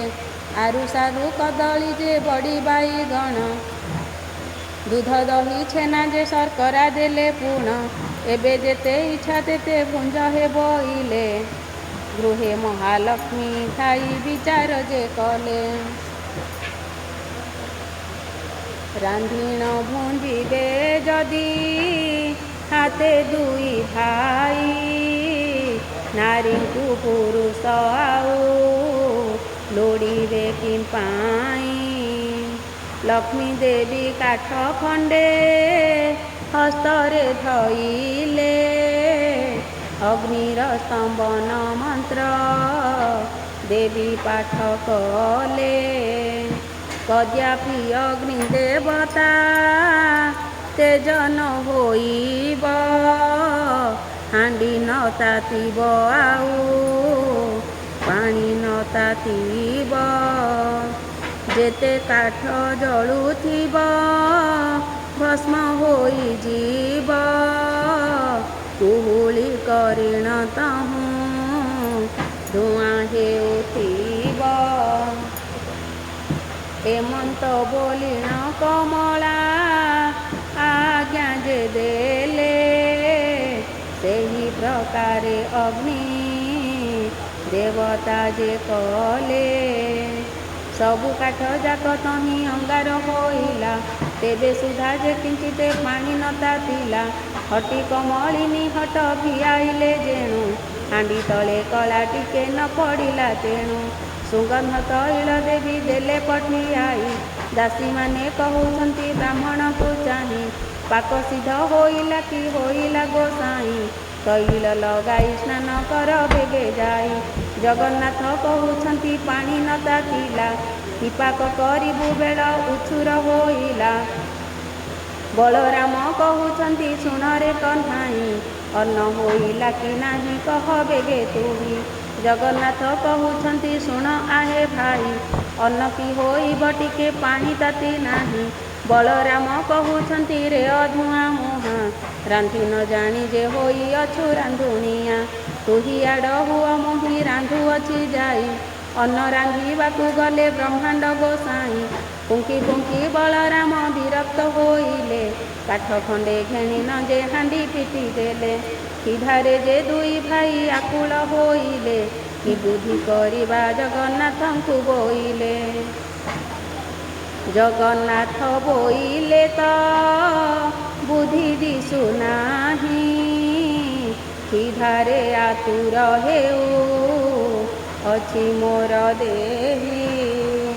ବଳରାମ କହୁଛନ୍ତି ଶୁଣ ଜଗନ୍ନାଥ, ଜାତି ପଛେ ଯାଉ ତାର, ଘରେ ଖାଉ ଭାତ। ଯେବେ ଏହା ଘରୁ ଭାତ ଆମ୍ଭକୁ ନ ଦେବ, ଆମ୍ଭ ଦୁଇ ଭାଇଙ୍କର ମରଣ ହୋଇବ। ଲେଉଟିଣ ଦାସୀ ଯାଇ ଲକ୍ଷ୍ମୀକୁ କହିଲେ, ବ୍ରାହ୍ମଣ ତ ହାଣ୍ଡି ଭାଙ୍ଗି ଫୋପଡ଼ାଇ ଦେଲେ। ଏହା ଶୁଣି ମହାଲକ୍ଷ୍ମୀ ମନେ ଚିନ୍ତା କଲେ, କେତେ ଦୁଃଖ ଦିନ ବନ୍ଧୁ ଦୁହେଁ ଯେ ପାଇଲେ। ସୁବର୍ଣ୍ଣର ଚଟୁ ଗୋଟି ହସ୍ତରେ ଧଇଲେ, ରୋଷେଇଶାଳାକୁ ଲକ୍ଷ୍ମୀ ଦେବୀ ବିଜେ କଲେ। ପ୍ରଥମେ ରାନ୍ଧିଲେ ମାଏ ବଗଡ଼ା ଯେ ଅନ୍ନ, ମୁଗ ମଧୁ ରୁଚି କ୍ଷୀର ନାନାଦି ବ୍ୟଞ୍ଜନ। ଆମ୍ବିଳ ସାକର କଲେ କଦଳୀର ଭଜା, ଅତି ଯତ୍ନେ କଲେ ମାଏ ତିଅଣ ଯେ ମଞ୍ଜା। 60 ପଉଟି ଯେ ରନ୍ଧନ କଲେ ଯାଇ, ବଗଡ଼ା ଭାତ ମହିମା କଳନା ନ ଯାଇ। ଦୁଧ ପୁଳି କଲେ ମାତ ଘୃତ ପୁଳି କଲେ, ଅତି ଯତନରେ ମାଏ ସର ପୁଳି କଲେ। ଯେତେ ଦ୍ରବ୍ୟ ରାନ୍ଧିଛନ୍ତି ବ୍ରାହ୍ମଣ କରୁଚି, ବଡ଼ିର ମହୁଅ କଲେ ପକାଇଣ ସାଚି। ସହସ୍ର ଆଟିକା ରାନ୍ଧି ଦ୍ରବ୍ୟ ସଜାଡ଼ିଲେ, ଯେ ଯାହାର ସ୍ଥାନରେ ଯେ ଯତ୍ନେ ରଖାଇଲେ। କର୍ପୂର ଛେନା ଶର୍କରା ମରିଚ ଗୋଳାଇ, 60 ନଉତି ପଣା ରଖିଲେ କତହିଁ। ରଙ୍ଗବାଣ ପଇଡ଼ ସାଙ୍ଗରେ ଛେନା ପଣା, ଅଦା ମିଶା କରି ଯେ ବାତ ଖଣ୍ଡ ଛେନା। ଲକ୍ଷ୍ମୀଙ୍କର ପାକ ଗୁଣ କେ କହିପାରିବ, କ୍ଷଣକ ମଧ୍ୟରେ ମାଏ ସଜାଡ଼ିଲେ ସର୍ବ। ସବୁଥିରୁ ଖଣ୍ଡିଏ ଖଣ୍ଡିଏ ରଖିଥିଲେ, ଭୋଜନ ଶେଷକୁ ପୋଡ଼ ପିଠାଏ ରଖିଲେ। ବୋଇଲେ ଦାସୀଙ୍କି କର ଅଙ୍ଗ ମରଦନ, ବ୍ରାହ୍ମଣ ବୋଲିଣ ମନେ ନ ପାଞ୍ଚିବ ଭିନ୍ନ। ବ୍ରାହ୍ମଣ ମାନକ ମୁହିଁ ଅଟେ ନିଜ ଦାସୀ, ଶୁଣିନ ଆନନ୍ଦେ ଚଳି ଗଲେ ସବୁ ଦାସୀ। ଦାସୀମାନେ କହୁଛନ୍ତି ସୁବେଦୀ ଗୋସାଇଁ, ସ୍ନାନ କର ବେଗେ ଅଙ୍ଗ ମରଦନ ହୋଇ। ତହୁଁ ସୁବାସ ଜଳରେ ଦୁହେଁ ସ୍ନାନ କଲେ, ଅଙ୍ଗ ପୋଛିବାକୁ ଦାସୀ ଗାମୁଛାଏ ଦେଲେ। ପିନ୍ଧିବାକୁ ପୀତାମ୍ବର ପାଟ ଆଣିଦେଲେ, ସୁବେଶ ହୋଇଣ ଦୁଇ ଭାଇ ଯେ ବସିଲେ। ବଳରାମ କହୁଛନ୍ତି ଶୁଣରେ କହ୍ନାଇ, ଏମନ୍ତ ପ୍ରକାରେ ମାନ୍ୟ କଲେ କିସ ପାଇଁ। ଏହା ଘରେ ପୁରୁଷ ତ ଜଣେ ଦିଶୁ ନାହିଁ, ଶୁଳି ଦେବା ପ୍ରାୟ ଏହି ବିଚାର ଦିଶଇ। ଚାଲ ଏବେ ପଳାଇଣ ଏହିଠାରୁ ଯିବା, କ୍ଷଣକ ମଧ୍ୟରେ ଆଉ ପ୍ରାଣ ନ ପାଇବା। ଜଗନ୍ନାଥ କହୁଛନ୍ତି ଜ୍ୟେଷ୍ଠ ଭାଇ ଶୁଣ, ଏ ଘରର କର୍ତ୍ତା ଆଜ ହୋଇବେ ଆପଣ। ବଳରାମ କହୁଛନ୍ତି ଶୁଣରେ କହ୍ନାଇ, ଏମନ୍ତ କହିବା ତୋର ଉଚିତ ନୁହଁ। ଗୃହ ପରିଷ୍କାର ଦେବୀ ସ୍ୱହସ୍ତରେ କଲେ, ଗନ୍ଧ ଚନ୍ଦନ ଯେ ମାଏ ଛଡ଼ା ପକାଇଲେ। ସୁବର୍ଣ୍ଣର ଥାଳି ସୁବର୍ଣ୍ଣର ଗିନା ଝରି, ହାତ ଧୁଆ ପାଦ ଧୁଆ ସୁସଜ୍ଜିତ କରି। ମଣହି କରିବା ବିଧି ଯେମନ୍ତ ଭିଆଣ, ସୁବର୍ଣ୍ଣର ପୀଠ ତହିଁ କଲେ ନିର୍ମାଣ। ମହାଲକ୍ଷ୍ମୀ କହୁଛନ୍ତି ଦାସୀ ମୁଖ ଚାହିଁ, ବେଗ କରି ପ୍ରଭୁ କୋଲ ଘେନି ଆସ ଯାଇ। ଏହା ଶୁଣି ଦାସୀମାନେ ବେଗେ ଚଳିଗଲେ, ବ୍ରାହ୍ମଣଙ୍କ ପାଶେ ଯାଇ ପ୍ରବେଶ ହୋଇଲେ। ବିନୟରେ କହୁଛନ୍ତି ବ୍ରାହ୍ମଣ ଗୋସାଇଁ, ଭୋଜନ କରିବ ଚାଲ ସ୍ଥାନ ଅଛି ହୋଇ। ବଳରାମ କହୁଛନ୍ତି ଶୁଣରେ କହ୍ନାଇ, ନାରୀଏ ଜଣେ ପୁରୁଷ କେହି ଏଠି ନାହିଁ। ଭିତରକୁ ଯିବା ଆମ୍ଭ ଉଚିତ ନୁହଁ, ପତ୍ର 2 ଖଣ୍ଡ ତୁମ୍ଭେ ଆଣ ବେଗେ ଯାଇ। ଜଗନ୍ନାଥ କହୁଛନ୍ତି ଶୁଣ ଭାଇ ତୁମ୍ଭେ ଏ ଘରର କର୍ତ୍ତା ଯ ହୋଇବା ଯେ ଆମ୍ଭେ କିମ୍ପା ତୁମ୍ଭେ ଭୟ କରୁ ଅଛ ଜ୍ୟେଷ୍ଠ ଭାଇ ଦାତା ଦେଉଅଛି ଆମ୍ଭେ ଛାଡ଼ିବା କିମ୍ପାଇ ଭୟେ ବଳରାମ ସେଠା ବରୁଣ ଉଠନ୍ତି ହସ୍ତ ଧରି ଘେନି ଗଲେ କମଳାଙ୍କ ପତି ଠାବ ସଞ୍ଚାରେ ଯେ ବଳରାମ ନ ବସନ୍ତି ହସ୍ତ ଧରି ବସାଇଲେ ଦେବଶ୍ରୀପତି କମଳିନୀ କହୁଛନ୍ତି ତୁଳସୀ ବ୍ରାହ୍ମଣୀ ଦେଢ଼ଶୁର ମୋର ଯେ ଅଟନ୍ତି ହଳ ପାଣି ତାହାଙ୍କୁ କେମନ୍ତେ ଅନ୍ନ ମୁହିଁ ଦେବି ନେଇ ଭିତରେ ଥାଇ ନ ମୁଞ୍ଜେ ଦେବଇଁ ବଢ଼ାଇ ବଡ଼ ସାନ ଆଗ ତୁହି ପଚାରିବୁ ଯାଇ ବଡ଼ଠାରେ ଆଗ ଅନ୍ନ ପରସିବୁ ନେଇ ଅନ୍ନ ଥାଳି ଘେନି ବେଗେ ବ୍ରାହ୍ମଣୀ ଅଇଲା ବଡ଼ ସାନ କେଉଁ ପଣ୍ଡା ବୋଲି ପଚାରିଲା ବଳରାମ ବୋଲୁଅଛି ହୋଇଲୁ କି କାଣି ବଳରାମ ବୋଲୁଛନ୍ତି ହୋଇଲୁ କି କାଣି ବଡ଼ ସାନ କିଏ ତତେ ନଦୀ ସହି ପୁଣି ଆମ୍ଭେ ବଡ଼ ବୋଲିଣ ଯେ ବଳରାମେ କହି ବ୍ରାହ୍ମଣୀ ବୋଇଲେ କପ କରିଲ ଗୋସାଇଁ ପ୍ରଥମ ଥାଳିକ ଅନ୍ନ ବଳରାମେ ଦେଲା ଭିତରକୁ ଆଉ ଅନ୍ନ ଆଣିବାକୁ ଗଲା ଆଉ ଏକ ଥାଳି ଅନ୍ନ ଆଣିଲା ବେଳକୁ ଚାରି ଗ୍ରାସରେ ଖାଇଲେ ବଳରାମ ତାକୁ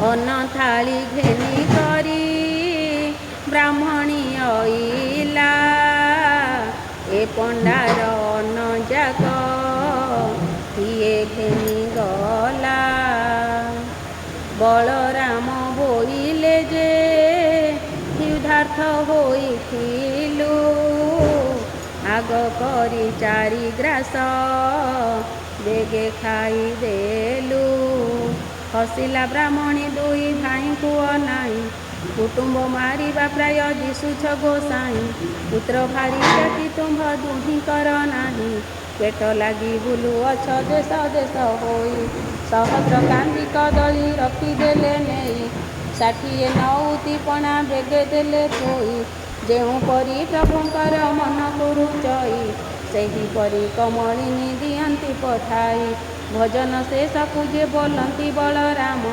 ଲକ୍ଷ୍ମୀଙ୍କ ରାନ୍ଧଣା ପରି ଲାଗୁଛି ଉତ୍ତମ ଜଗନ୍ନାଥ କହୁଛନ୍ତି ବଳରାମ ଭାଇ ଲକ୍ଷ୍ମୀ ପରା ଭାର୍ଯ୍ୟାକୁ ଯେ ପାଇବା ଆଉ କାହିଁ ଲକ୍ଷ୍ମୀକୁ ଭର୍ସନା କରି ଦେଲେ ଘଉଡ଼ାଇ ବାହାରି ଗଲେ ଯେ ତାଙ୍କ ଇଚ୍ଛା ହେଲା ଜହିଁ ହେମନ୍ତ ସମୟେ ପୋଡ଼ ପିଠା ଦେଲେ ନେଇ ଜଗନ୍ନାଥ କହୁଛନ୍ତି ବଳରାମ ଭାଇ ମୋର ମନକୁ ଯେ ଲକ୍ଷ୍ମୀ ଜାଣି ଯେ ଥାଇ ଭୋଜନ ଶେଷକୁ ପୋଡ଼ ପଠାଇ ଦିଅଇ ଭୋଜନ ସାରିଣ ପ୍ରଭୁ ଆଗମନ କଲେ କର୍ପୂର ତାମ୍ବୁଳ ଦୁଇ ଖାଇବେ ଭୁଞ୍ଜିଲେ ବାହାର ମେଲାରେ ପ୍ରଭୁ ବିଜେ କଲେ ଯାଇ ଗବାକ୍ଷ ଦୁଆରେ ଲକ୍ଷ୍ମୀ ଅଛନ୍ତି ଅନାଇ ପଚାର ପଚାର ଦାସୀ ପଚାର ଲୋ ଯାଇ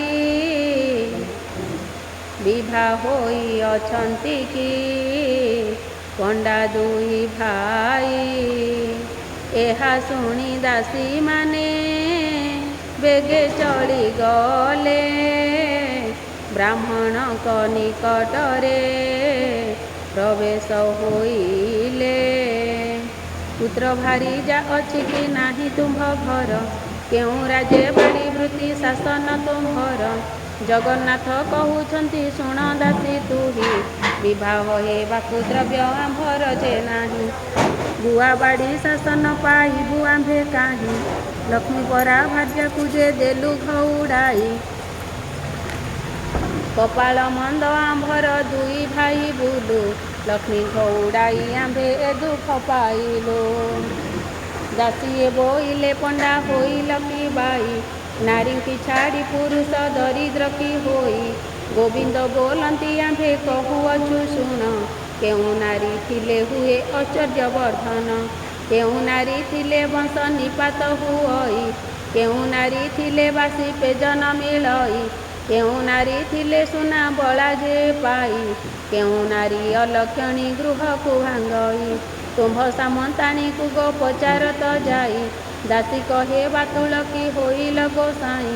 ସିଧା ଲାଗୁଥିଲା ଏବେ ଭାତ ତ ଖାଇଲ, ଆମ୍ଭ ସାମନ୍ତାଣୀକୁ ଯେ ପଚାର ବୋଇଲ। ବଳରାମ ବୋଇଲେ ଏ ମୋର ପିଲା ଭାଇ, ତୁମ୍ଭ ସାମନ୍ତାଣୀ ଆଗେ ଜଣାଇବ ନାହିଁ। ଜଗନ୍ନାଥ କହୁଛନ୍ତି ଭୟ କାହିଁ ପାଇଁ, କିଛି ନ ବିଚାର ଆହେ ବଳରାମ ଭାଇ। ଲକ୍ଷ୍ମୀଙ୍କର ଗୃହ ସିନା ଅଟଇ ଯେ ଏହି, ଏଠାରେ ଆପଣ ଭୟ କର କିସ ପାଇଁ। ବଳରାମ ବୋଲୁଛନ୍ତି ବାବୁ ଚକ୍ରଧର, ତୁମ୍ଭେ ଯାଇ ହସ୍ତଧର ମହାଲକ୍ଷ୍ମୀଙ୍କର। ଆମ୍ଭେ ଦୋଷ କଲୁ ବୋଲି କହ ତାଙ୍କୁ ଯାଇ, ଯହିଁ ଇଚ୍ଛା ତହିଁ ଥାଅ ଆମ୍ଭ ମନା ନାହିଁ। ଯେତେବେଳେ ବଳରାମ ଏମନ୍ତ କହିଲେ, ଭିତରପୁରକୁ ପ୍ରଭୁ ନିଜେ ବିଜେ କଲେ।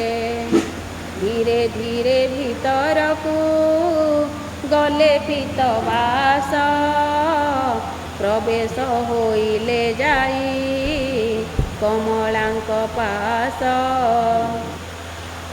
ପାଣି ଝରି ଘେନି କରି କମଳା ଅଇଲେ, ଦରହାସେ ପ୍ରଭୁଙ୍କର ମୁଖକୁ ଚାହିଁଲେ। ଅତି ଯତନରେ ଦେଲେ ପାଦ ପଦ୍ମ ଧୋଇ, ଥୋକାଏ ପାଦ ଉଦକ ମସ୍ତକେ ଲଗାଇ। କିଛି ପାଦୋଦକ ଲକ୍ଷ୍ମୀ ଗର୍ଭକୁ ପେଶିଲେ, ପଞ୍ଚବନେ ପୁଷ୍ପେ ପାଦ ପଦ୍ମ ପୂଜା କଲେ। ମହାଲକ୍ଷ୍ମୀ କହୁଛନ୍ତି ପ୍ରଭୁଙ୍କୁ ଅନାଇ, ଚଣ୍ଡାଳୁଣୀ ବୋଲି ମୋତେ ଦେଲ ଘଉଡ଼ାଇ। ଚଣ୍ଡାଳୁଣୀ ଘରେ ଏବେ ଭୁଞ୍ଜିଲ ଗୋସାଇଁ, ଚଣ୍ଡାଳ ବିଚାଳ ହେଲ ଦୁଇ ଗୋଟି ଭାଇ। ଧିକ ତୁମ୍ଭ ବଡ଼ପଣ ଧିକ ତୁମ୍ଭ କଥା, ପଡ଼ୁ ତୁମ୍ଭର ପ୍ରତିଜ୍ଞା ଧିକ ତୁମ୍ଭ ଭ୍ରାତା। ମହାଲକ୍ଷ୍ମୀ ଏ ପ୍ରକାରେ ବହୁ ଧିକାରିଲେ, କାଳିୟ ଗଞ୍ଜନ ଶୁଣି କିଛି ନ କହିଲେ। ମହାମାଇ ବୋଇଲେ ହେ ଶୁଣ ମୋ ବଚନ, ମୋର କିସ କାର୍ଯ୍ୟ ତୁମ୍ଭେ କହ ହେ ବହନ। କିଛି କ୍ଷଣ ଉତାରେ ଯେ ବୋଇଲେ ଜଗନ୍ନାଥ, ଏବେ ମନୁମାନ ତେଜ ଜଗତର ମାତ। ଅକାରଣେ ଏତେ କଥା କହ ପ୍ରାଣ ସହି, ଆମ୍ଭର ପ୍ରାର୍ଥନା ଆମ୍ଭ ସଙ୍ଗେ ଯିବା ପାଇଁ। ବଡ଼ ହେଲେ କିସ ହେଲା ଗରବ ଗଞ୍ଜିଲ, ରବି ତଳେ ସବୁ ଯୁଗେ ଯଶ ରଖିଗଲ। ତୁମ୍ଭ ଯୋଗେ ଆମ୍ଭେ କଷ୍ଟ ପାଇଲୁ ବହୁତ, ଆମ୍ଭେ ଭିକ୍ଷା ମାଗିବାର ଜାଣିଲା ଜଗତ। ତୁମ୍ଭ ଯଶ କୀର୍ତ୍ତି ଏବେ ଜଗତେ ରହିଲା, ଆମ୍ଭକୁ ଅନ୍ନ ଦେବାର ଜଗତ ଶୁଣିଲା। ଗୁରୁବାର ଦିନ ଯେ ଏ ପୁରାଣ ଶୁଣିବ, ଜନ୍ମ ଜନ୍ମାନ୍ତରେ ତାର ପାପ କ୍ଷୟ ହେବ। ଲକ୍ଷ୍ମୀ ପୂଜା ଦିନ ଏହା ଯେ ନାରୀ ଗାଇବ, ଇହ ଜନ୍ମେ ପ୍ରତିବ୍ରତା ବୈକୁଣ୍ଠକୁ ଯିବ। ଯଦ୍ୟପି କେହି ନାରୀ ମୁଖେ ବୁଝାଇବ, ତାହାର ସୁକୃତ ଆଉ କେ କହିପାରିବ। ଏତେ କହି ଗୋବିନ୍ଦ ଧଇଲେ ଲକ୍ଷ୍ମୀ ହସ୍ତ, ଜଗତର ମାତ ବୋଇଲେ କର ତୁମ୍ଭେ ସତ୍ୟ।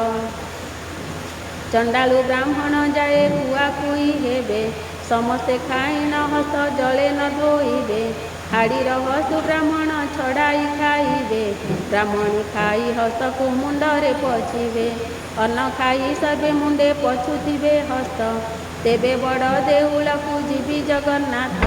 ହେଉ ହେଉ ବୋଲି ଆଜ୍ଞା ଦେଲେ ମହାବାହୁ, ଯୁଗେ ଯୁଗେ ଲକ୍ଷ୍ମୀକୁ ତୁମ୍ଭର ଯଶ ରହୁ। ଲକ୍ଷ୍ମୀଙ୍କ ହସ୍ତ ଧରିଣ ଜଗନ୍ନାଥ ନେଲେ, ବଡ଼ ଦେଉଳକୁ ପ୍ରଭୁ ନିଜେ ବିଜେ କଲେ। ଲକ୍ଷେ ଚନ୍ଦ୍ର ଉଦିଆ ଯେ ଛାମୁରେ ଜଳଇ, ଦେଉଳକୁ ବିଜେ କଲେ ବ୍ରହ୍ମାଣ୍ଡ ଗୋସାଇଁ।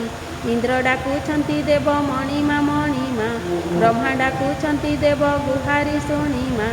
ବରୁଣ କୁବେର ଯେ ହସ୍ତରେ ବେତ ଧରି, ନୃତ୍ୟ କରୁଛନ୍ତି ଯେ ସ୍ୱର୍ଗ ଅପସରି। ରମ୍ଭା ଯେ ମେନକା ଆଉ ଚିତ୍ରଲେଖା, ତୁଳସୀ ମାଳତୀ ଆଉ ଅନ୍ୟାନ୍ୟ ରସିକା। ଚଞ୍ଚଳା ଯେ ମଦାଳସା ଆବର ସୁଶୀଳା, ନୃତ୍ୟ ଆରମ୍ଭନ୍ତି ତୁଷ୍ଟ ହୋଇ ସେ ଅବଳା। ବଳରାମ କହୁଛନ୍ତି ଶୁଣରେ କହ୍ନାଇ, ଘରକୁ ଘରଣୀ ସିନା ସୁନ୍ଦର ଦିଶଇ। ଯେତେବେଳେ ଦାଣ୍ଡେ ଯାଉଥିଲୁ ଦୁଇ ଭାଇ, ଚୋର ଖଣ୍ଟ ବୋଲି ଦେଉଥିଲେ ଘଉଡ଼ାଇ। ଆହୁରି କଥାଏ ଏବେ ଶୁଣ ଜଗନ୍ନାଥ, ଲକ୍ଷ୍ମୀ ଏତେ ବଡ଼ ବୋଲି ଏବେ ଜାଣିଲ ତ। ଲକ୍ଷ୍ମୀ ଦେବୀ ବିଜେ କଲେ ତାଙ୍କ ଦେଉଳକୁ, ଦୁଇ ଭାଇ ବିଜେ କଲେ ବଡ଼ ଦେଉଳକୁ। ଦାସୀ ପରିବାରୀ ଆଦି କରି ଯେତେ ଥିଲେ, ଲକ୍ଷ୍ମୀ ଆସିଲାରୁ ସେ ଯେ ସମସ୍ତ ଅଇଲେ। ଲକ୍ଷ୍ମୀକୁ ପାଇଣ ଦେବ ଗୋବିନ୍ଦ ଆନନ୍ଦ, ସଂସାରରେ ସେହି ମତେ କଲେ କମକୁଣ୍ଡ। ଶୁଣିଲେ ନାରଦ ଏହି ପୁରାତନ ଆଖ୍ୟା, ଯାହା ପ୍ରଶ୍ନରେ ପ୍ରଭୁ ମାଗିଲେ ଯେ ଭିକ୍ଷା। ଛାର ଚଣ୍ଡାଳୁଣୀ ଐଶ୍ୱର୍ଯ୍ୟ ଭୋଗ କଲା, ଲକ୍ଷ୍ମୀଙ୍କର ସୁଦୟାରେ ଏମନ୍ତ ହୋଇଲା। ଏ ପୁରାଣ ପଢ଼ିଲେ ଯେ ସର୍ବସିଦ୍ଧି ହୁଏ, ସୂର୍ଯ୍ୟୋଦୟ ତମ ସମ ପାପ କ୍ଷୟ ଯାଏ। ଏ ପୁରାଣ ଯେଉଁମାନେ ପଢ଼ନ୍ତି ଶୁଣନ୍ତି, ଲକ୍ଷେ କୋଟି ଗୋଦାନର ଫଳ ସେ ଲଭନ୍ତି। ଏ ପୁରାଣ ଅଟଇ ଯେ ମୁକ୍ତିର ପଥ, ଏହା ଫଳ କଥନ ହେ କେହେବ ସମର୍ଥ। ଲକ୍ଷ୍ମୀଙ୍କ ପୁରାଣ ଏହୁ ସମ୍ପୂର୍ଣ୍ଣ ହୋଇଲା, ଭାବେ ବଳରାମ ଦାସ ଗୀତରେ କହିଲା। ଭାବେ ବଳରାମ ଦାସ ଗୀତରେ କହିଲା, ଭାବେ ବଳରାମ ଦାସ ଗୀତରେ କହିଲା। ଇତି ଶ୍ରୀ ଲକ୍ଷ୍ମୀ ପୁରାଣ ସମ୍ପୂର୍ଣ୍ଣ।